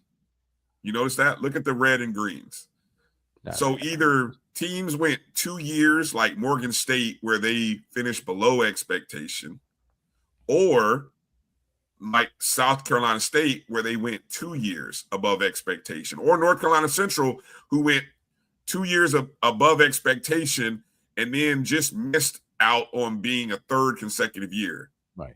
One other one that we got right, and the people in DC don't like this one. BCSN had 4.5. Howard got 5. So the two There you teams go. that were right there, and Howard and Central, where 3-year teams actually were at expectation. 2 of them slightly over, 1 slightly under. South Carolina State and Howard right there. The expectation got the half victory, where Central's right there. Expectation was just a hair short. Delaware State, the biggest winner, 6 wins above expectation. Morgan State and Norfolk State, the biggest losers, 3 games under expectation. All right, let's move over to the SWAC East. This will be interesting, Drew. I know one we got wrong. SWAC East. There's a lot we got wrong. A lot got wrong in the SWAC East. I know one we definitely got wrong in the SWAC East. Alabama A&M. They were predicted to finish 7-5. We set the line at 6.5. They finished 4-8. For the 3rd consecutive year, Alabama A&M finishes under expectation. Alabama State. They were predicted to go 9-3. They actually finished 10-2. So that's a win, an 8.5 number we set. Cash that if you went over. Bethune-Cookman, probably the biggest winner. Predicted to go 3-9, 3.5 wins. They finished 6-6. Winner, chicken dinner. If you thought Bethune-Cookman was going to have a 500 season. Florida A&M would actually have to be your biggest loser. Predicted to go 9-3. The line was set at 8.5. They finished 5-7, 4 games under expectation. Man, and that cost the coach his job. Jackson State, right on the line. Predicted to go 10-1. They finished 9-3. Didn't get that 10th win. We even set the line at 9.5, expecting them to get their 10th win. Didn't get it. So, it was what it was, right? And Valley. How about Valley? Valley, maybe we set the line too high. 2.5. But they got 2, Brian. They did get 2. One of them was to FAMU. Yeah, they were. And notice, we usually set the line at 2.5. I don't think we've ever set the line under 2.5, like at 1 or even 2. And you can see for 3 consecutive years, Valley Still didn't get it. Still didn't cover and get 3 wins for 3 consecutive years. I think it's interesting when you look back at 24 that Jackson State was the only one who covered. Yes. Yep. So once again, the East only, last year only 1 team covered, went above expectation. This year, only 2 teams in the East. But are we, and I'm guilty of this, Drew, do we have an unfair or an unrealistic expectation of the East? Because I think we have over the last couple of years, because the SWAC champion has been the East, but do we have to think about that narrative in a new light going into next year?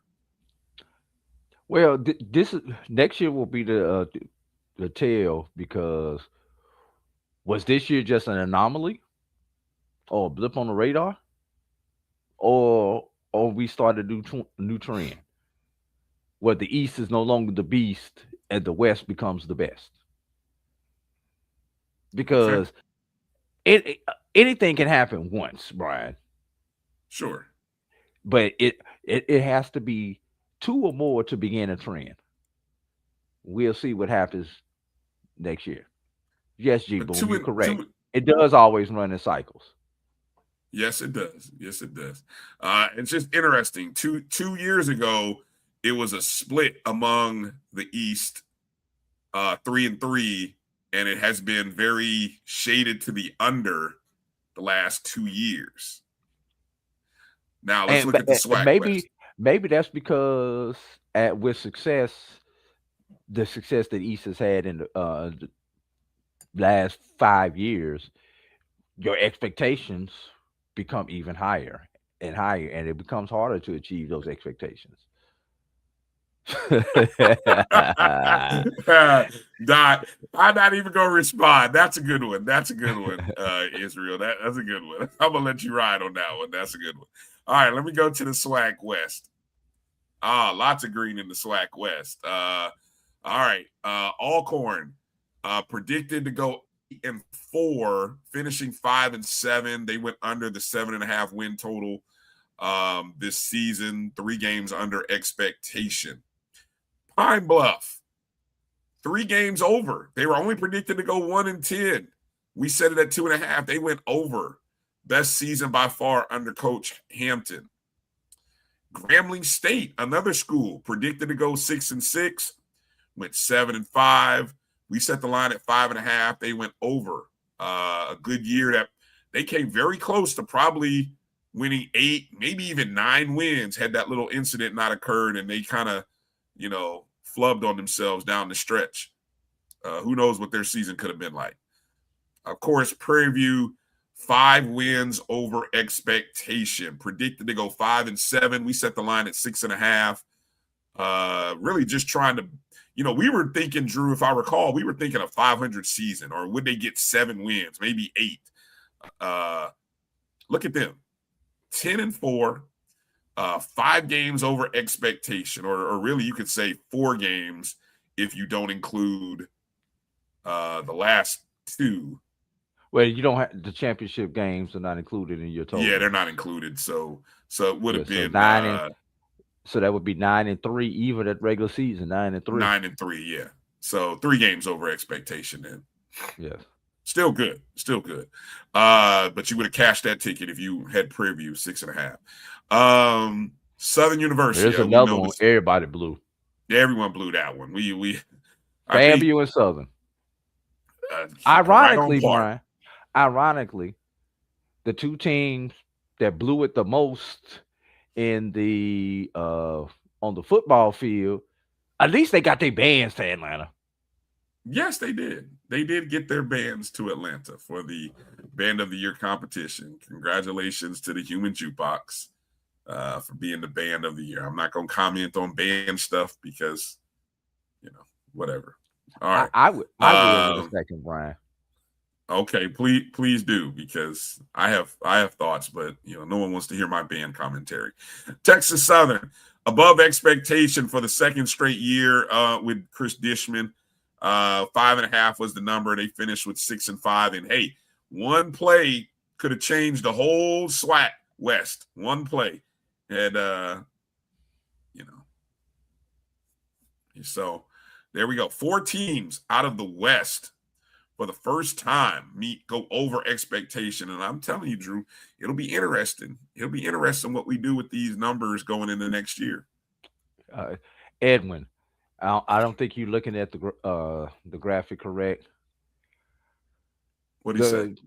BCSN total was 7.5 for Southern. The MassiveRatings.com predicted Southern to go 6-6. They only won 2. Yes, they blew it. Right. Just like FAMU blew it. Right. They were very below expectations.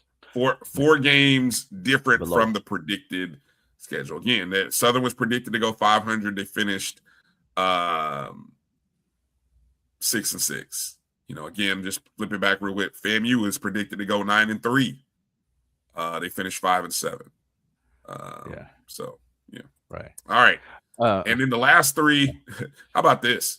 All of the independents, all of them finished 2-10. So I mean, Hampton 2-10, North Carolina A&T was actually almost a positive because they were predicted to go winless, and they managed to find 2 wins from somewhere. And then Tennessee State, that's probably the biggest disappointing change. Predicted to go 8-4. They finished 2-10. That's a difference of 6 wins. So I think in general, Drew, if I recall, your biggest winner was Delaware State at 6 +6. Your biggest loser was Tennessee State at -6. So there you go. A&T, 3 straight years underperforming. That original recipe, boy. Hope they find it. Stop it, Brian. I'm sorry, being messy. Yes, you are. Band of the year, Brian. Before we get into these final rankings and get out of here, Brian, I was down on the field for the Band of the Year contest, and I actually did not come down to the field until the Division I portion of the contest. Okay. And Brian, I am going to say this. I was blown away by the performances from both of those institutions, the Human Jukebox and the Marching 100, being down on the field that close. And this is probably one of the few times in my professional career that I actually sat back and enjoyed the bands and enjoyed the show. Because normally, you're doing a halftime report, or you've been doing play-by-play, and you just want to get away and refresh yourself, grab something to eat, all that kind of stuff, doing what we normally do during a season. That's both as a being on a broadcaster or a member of media, and now as athletic administration. But that's, like I said, one first times that I actually watched the show, enjoyed the shows, and was able to see it, feel it, and almost touch it. Both bands performed very well. Formations, sound, everything that goes into it. And I'm a band novice. I just know what I like to hear. Now, am I impartial to the Marching 100? Of course I am. I mean, that's all I do. And some may disagree with what I'm going to say right here, Brian. When we were in school, Brian, I think the Marching 100 may have been the standard when it came to the bands, Dr. Foster and then Julian White. But now, Brian, Southern is the standard. Ooh. I was blown away by Southern's performance out there. Now, FAMU did their thing. Don't get me wrong. But before the scoring went in, and a bunch of different people, who did not have a dog in the fight. Just from the casual fan and even some band experts who were down there covering the bands, most people would lean to Southern. And that's just a straw poll of people who were down on the field. And no, I'm not talking about Keisha Kelly, who had about as much Southern bias as I had FAMU bias going into this. How do you explain to me, Drew? Okay. When you look at a performance, And this would be, and look, I'm going to be as nice as Southern's performance was. It wasn't perfect. It wasn't clean. There was a guy who fell. There was like people who fell, like hit the ground. Drew, that's like the equivalent in ice skating of you doing a triple somersault or a triple toe lux, and then you fall, your butt hits the ground, and you get up quickly, you still smile, and you keep skating, and then somehow you win a gold medal. How does that happen? Brian, How does that happen? I can't comment to that. And one of the things is, I did not see that portion from where I was at. You said you were on the field, weren't you? Right, but but see, Brian, here's the thing. When you're looking at this from eye level, it's totally different than when you're looking down on the performance. He did fall. Hold on, Israel. He did fall. I've seen the video. Right, but Brian, like I say, Brian, seeing it from eye level, there are certain things that you cannot see unless you are. It was a tuba player, if I'm not mistaken. A tuba player fell. And from where I was at, Brian, the tubas were not in my periphery. Yes, somebody fell. I was over there by the dancers, and I was on that side. I was camera side, but I was camera side ground level, and trying to step out of the way of the cord guy while I was out. The guy who's coming through with the cord. This is what I'll say. FAMU's show. Just to put it, you like this? Do you glance up at the oval every now and then you come back down to eye level? Once they set a formation, then I would look up, because you can't see what the formation is when you're ground level. You have to look up at the oval and see what the formation is that they actually set. Go ahead, Brian. I'm sorry. I'm trying to see A&T Roy saying one more person fell for FAMU than Southern. Really? I didn't hear anybody, even the commentator who was up in the booth with Jay and Tiffany, commented on somebody falling or falling out of line for Southern. I forgot what the exact term he used. Right. I didn't hear about anybody. I didn't hear any. Only criticism I heard is that the performance in that show that FAMU did was a show or part of a show that had been done, I think, during homecoming or either the Jackson State game. It might have been the Jackson State game in Bragg. Yeah. But should it have mattered? Did it have to be a new show entirely? Well, Southern came with a brand new show, from what I understand, and so did Bios, who won the Division II level. Okay.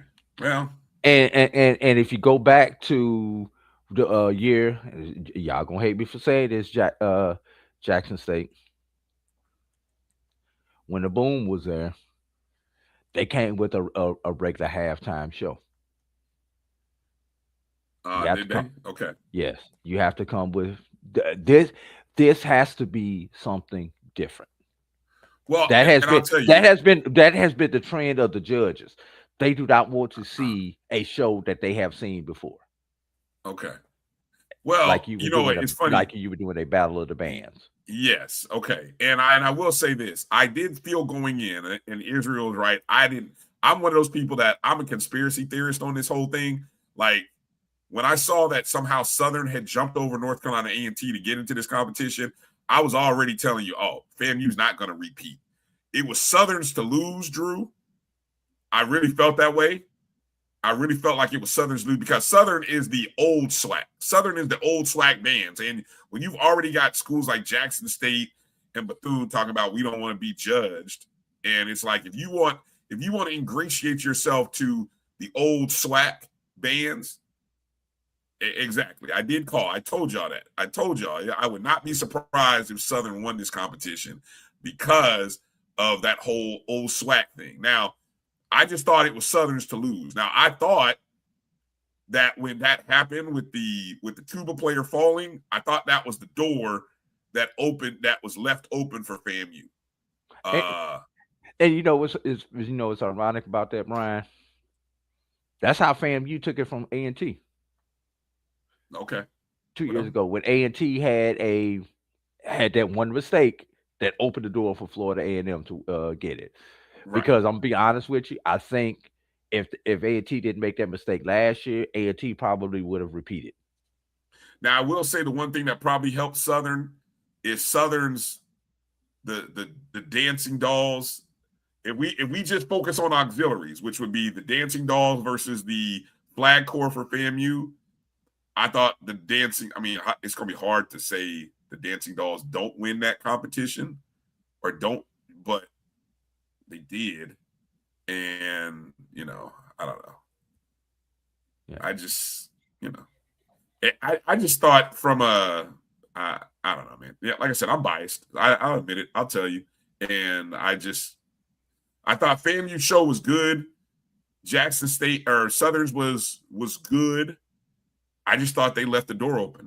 That deduction of whatever kind of points for that guy, But again, congratulations to Southern. So spread the wealth around. Look, you know what I'm saying? It is what it is. It's all good. And hopefully more schools won't make the verbal public display out of not being a part of this going forward. So, but we all know that probably won't happen. So. All right, Drew. Are we ready to release the final BCSN college HBCU football rankings? The quicker we release them, the quicker I can finally get some sleep. Can you type in the private chat? Let me know. I just want to prepare myself. Who won this thing? I'm curious. You got me eager. So I know how to prepare my tone here as I do this. Okay. So again, the BCSN football rankings. These are computer-based metrics that we have been doing now for the last several years. Some years it was a little controversial. There have been years where schools who did not win the Celebration Bowl have been recognized as the BCSN national champions. Right. Jackson State, the year that Jackson State was unbeaten and lost in overtime, they were the BCSN national champions. Florida A&M. No, that was not the overtime game, Brian. That wasn't an overtime game. That wasn't the overtime game? No, that was the 6-5 South Carolina State team. Came in. Oh, that was the South Carolina. Yes, that was the 6-5. Yes. They came and won. Yes. They wound up going 7-5. Yes. Okay. Thank you. That was that team. Yes. Yes. Yes. Okay. Thank you for clarifying that. Jackson State, and again, computer metrics. The computer said Jackson State was still the better team, still, and I mean, we just couldn't look. The computers just could not look past the fact that South Carolina State had lost so many games. Okay, plain as day.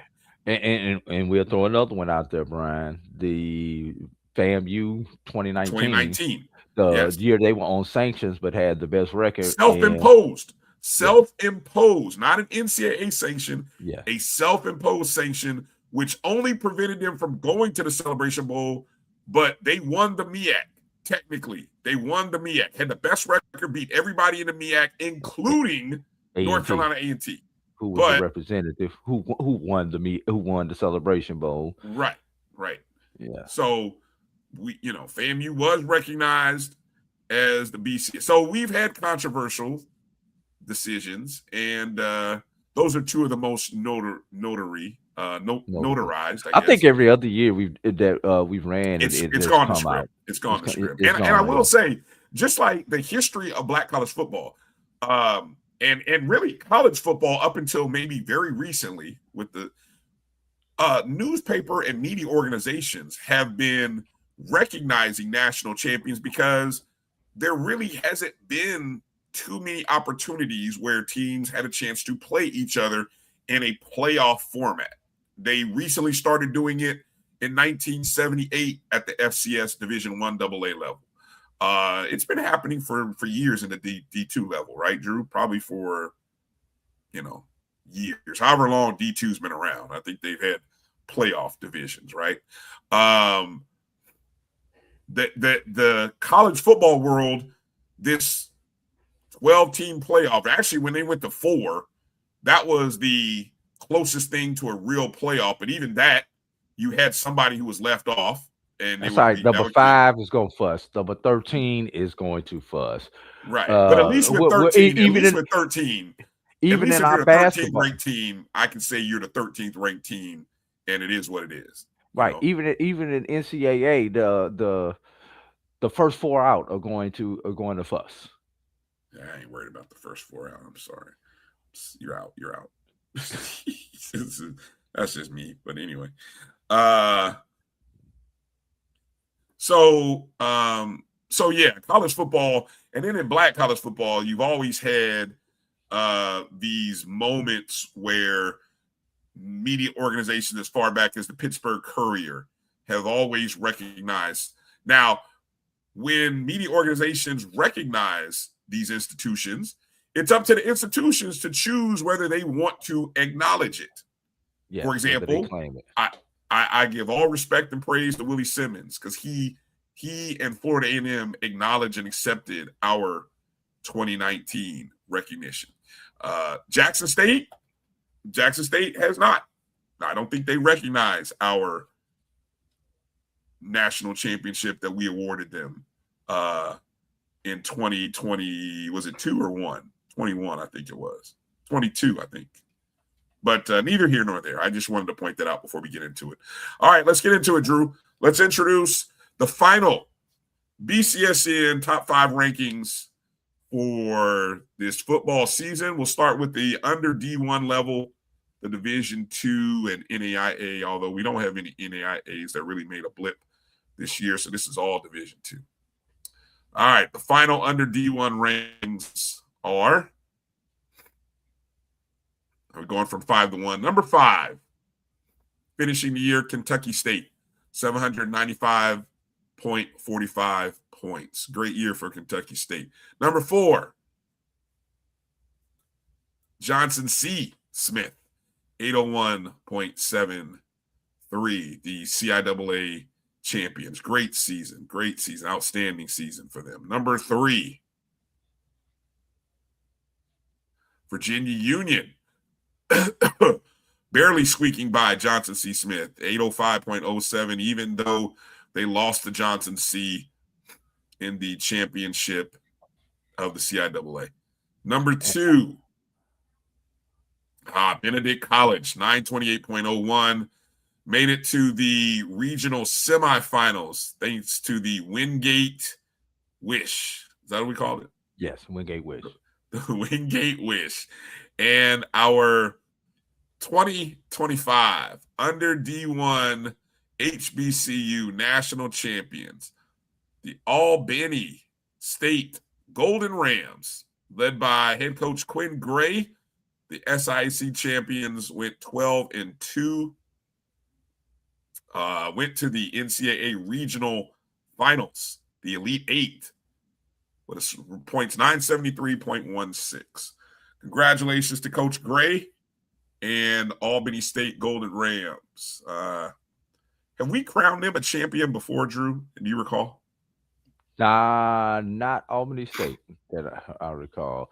Benedict was our champion. Benedict has been our champion. Virginia Union. I have to go back and look. Albany State may have gotten it back in 19, possibly. When Coach Gabe was there? Yes, possibly. Right? I had to go back and we had to go back and pull that. Check the archives. Let's check the archives on that. All right. Well, congratulations to Albany State, the BCSN under Division I national champions. All right, here we go. The Division I final computer rankings, top 5 in the Division I level. Number 5, Delaware State, an outstanding season. As we mentioned, 6 wins above expectation in Deshaun Jackson's first year, 590.36. Number 4, Alabama State. Ooh, kind of interesting. Alabama State, first 10-win season in well over a decade. 604.07, great season. But that head-to-head loss to Jackson State ends up costing them a shot at the SWAC championship game. Number 3, the Jackson State University Tigers finished as East Division champs, but lost the SWAC championship game. Very close numbers there to Albany State, 609.24. Alabama. I'm sorry, Alabama State by 5 points. Jackson State was the preseason number 1 when we opened our polls back in early October. And for several weeks, they were number 1. I think there was a minute where Alabama State was number 1 for a minute, if I'm not mistaken. Yes. Number 2, Prairie View A&M, 629.24. Prairie View A&M Panthers, of course, the SWAC champions, the SWAC West Division winners, and heartbreaking loss in the Celebration Bowl. 2 points shy, maybe 1 field goal shy of being number 1. But number 1 belongs to the South Carolina State Bulldog. Roof. The Bulldogs, 644.57. They win 1-0 Saturday, and that's all that mattered, is they are number 1. I think this might be the first time that the Black College Sports Network officially recognizes South Carolina State as the Black College National Champions at the Division I level. Congratulations to the Bulldogs.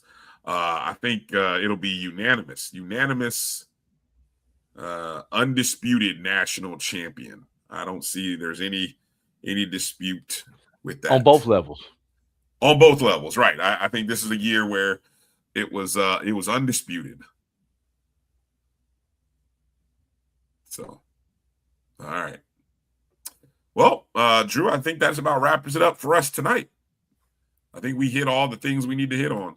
Would you agree? We did miss one big story, Brian. Okay. Wait a minute. Let me pull it up. Oh, Dallas goes fake. Oh, nasty work. And this one is going to make sneakershock.com feel great, Brandon King. How about Tennessee State in basketball defeating UNLV on yesterday? I've seen a little bit in a few places about that. Obviously, 63-60 was the final.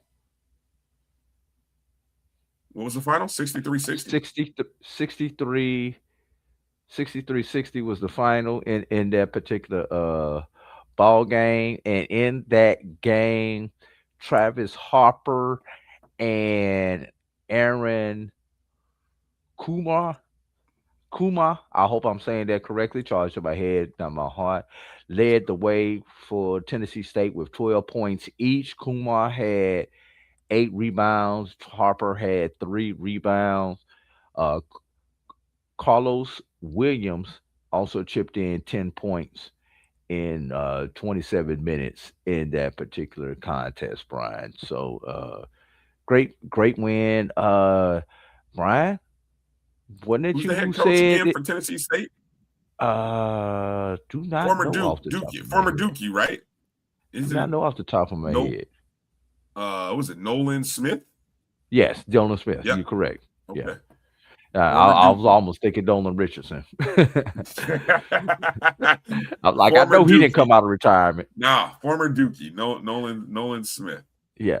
But Brian, what did you who said last week? It seems like almost once a week we're seeing a HBCU defeat a major college program on the hardwood.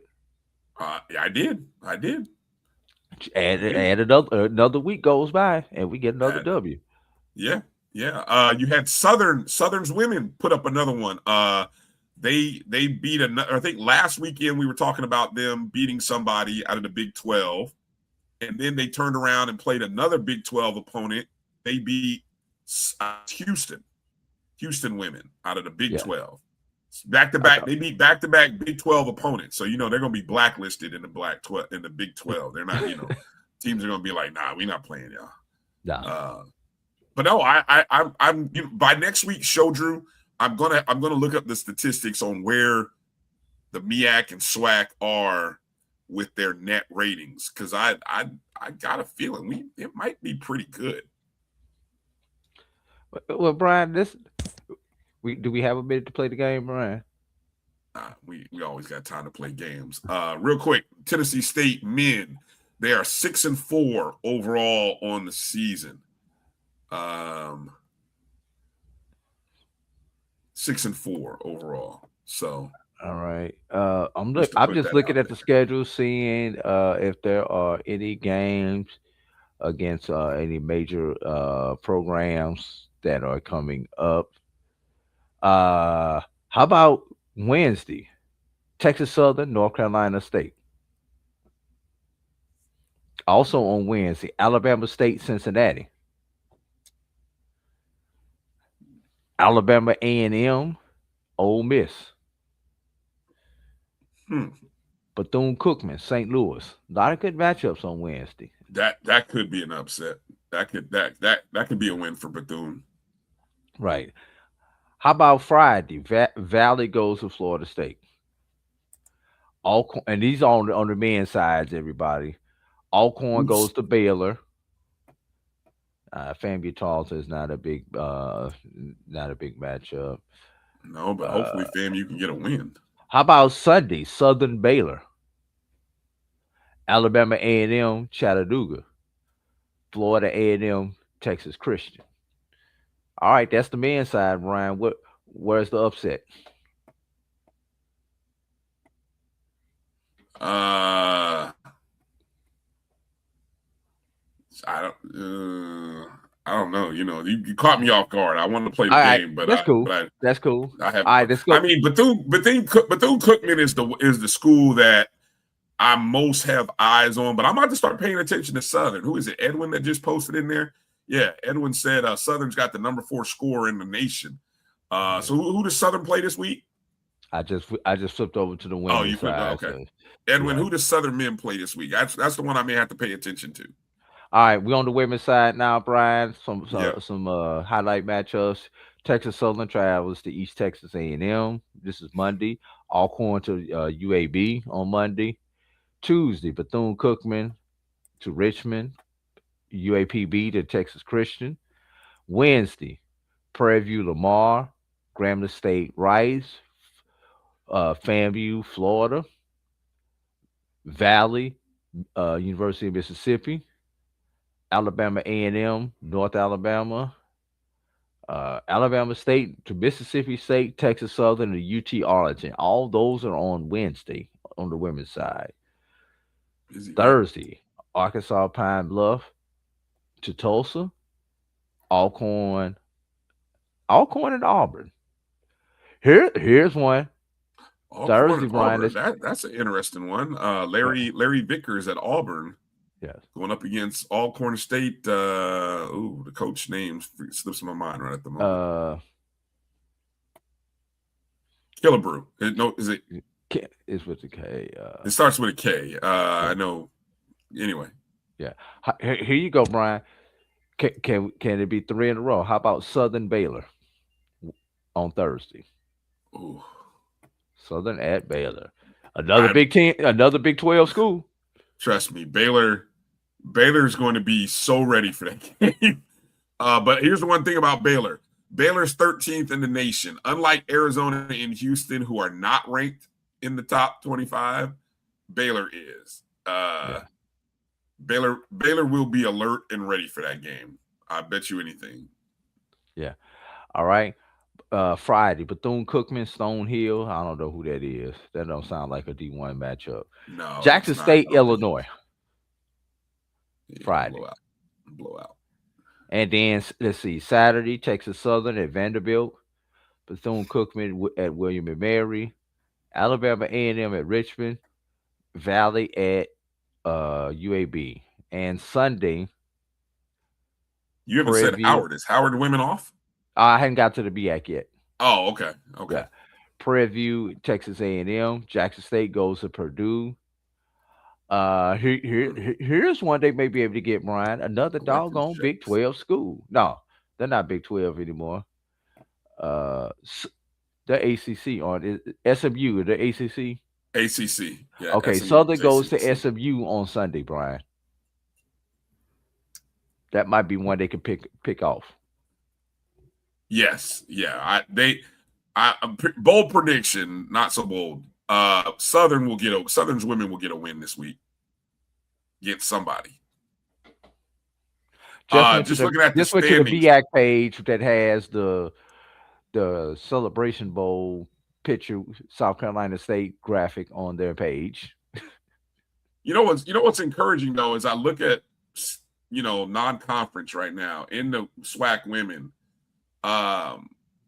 Southern sits at 4-6, but you got a host of schools. You got about 4 schools that are sitting at 3-5 or 3-6, which is pretty good. These next 2 to 3 weeks will be interesting because now that school is out, these are the weeks where you're going to get some non-conference games against some power teams, and it's your final tune-up before the conference schedule starts on January 2nd.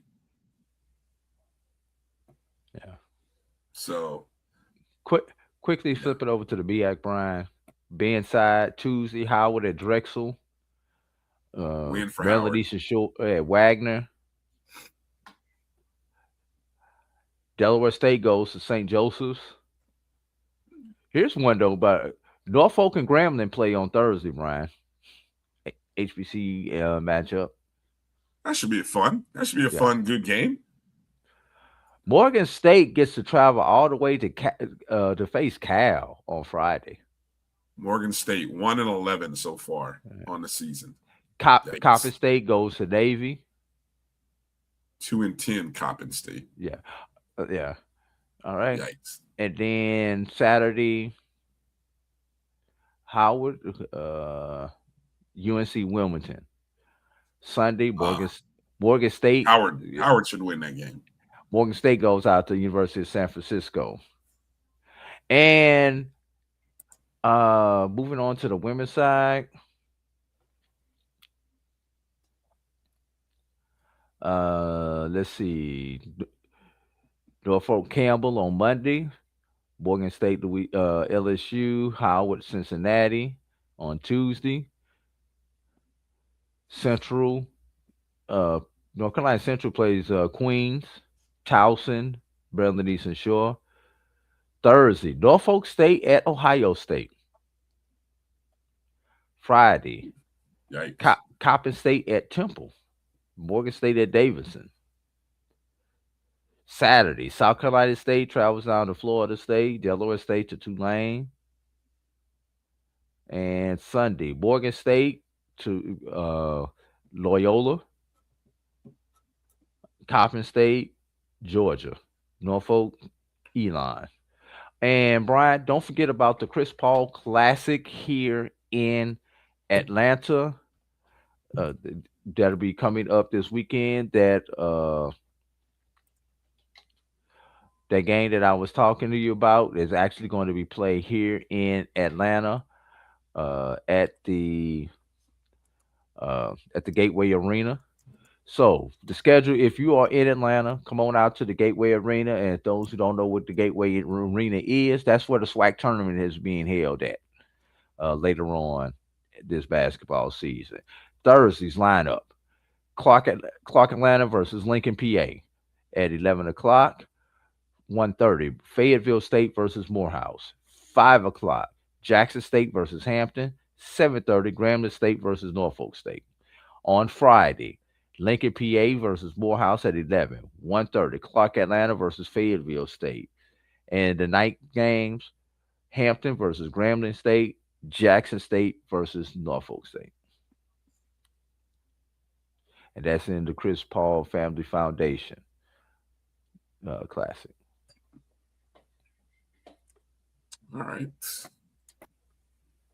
Good stuff. Good stuff. Well, all eyes start to turn towards basketball. Basketball now.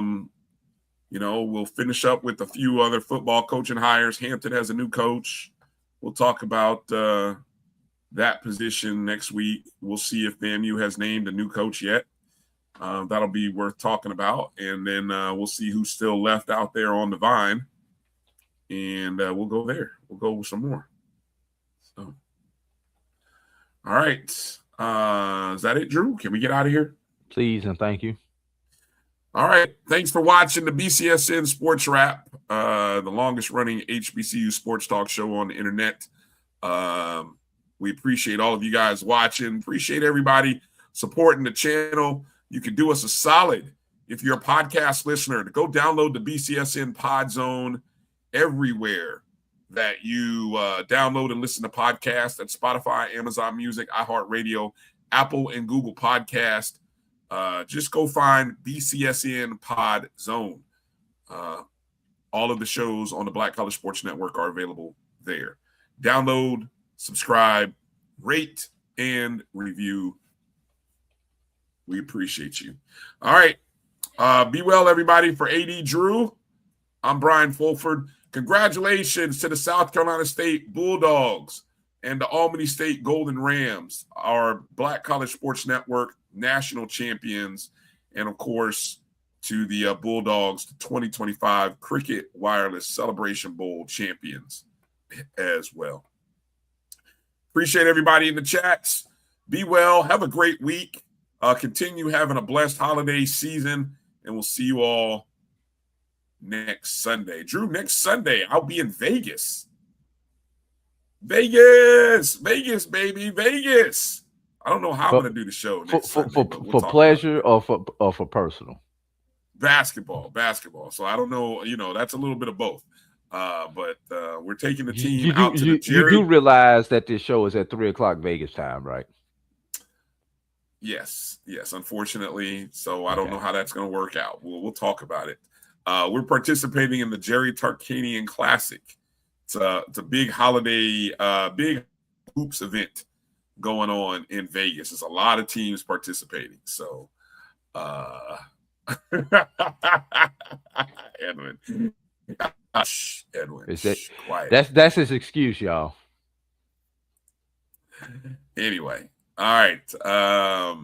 So yeah, we'll talk about the show next Sunday. And somehow, I don't know, we'll figure out. We have to find a fill-in somebody, Drew. I don't know, maybe. But we'll talk later in the week, guys. Thanks for watching the show. Everybody be well, be safe, and we'll see you on the other side. Peace out.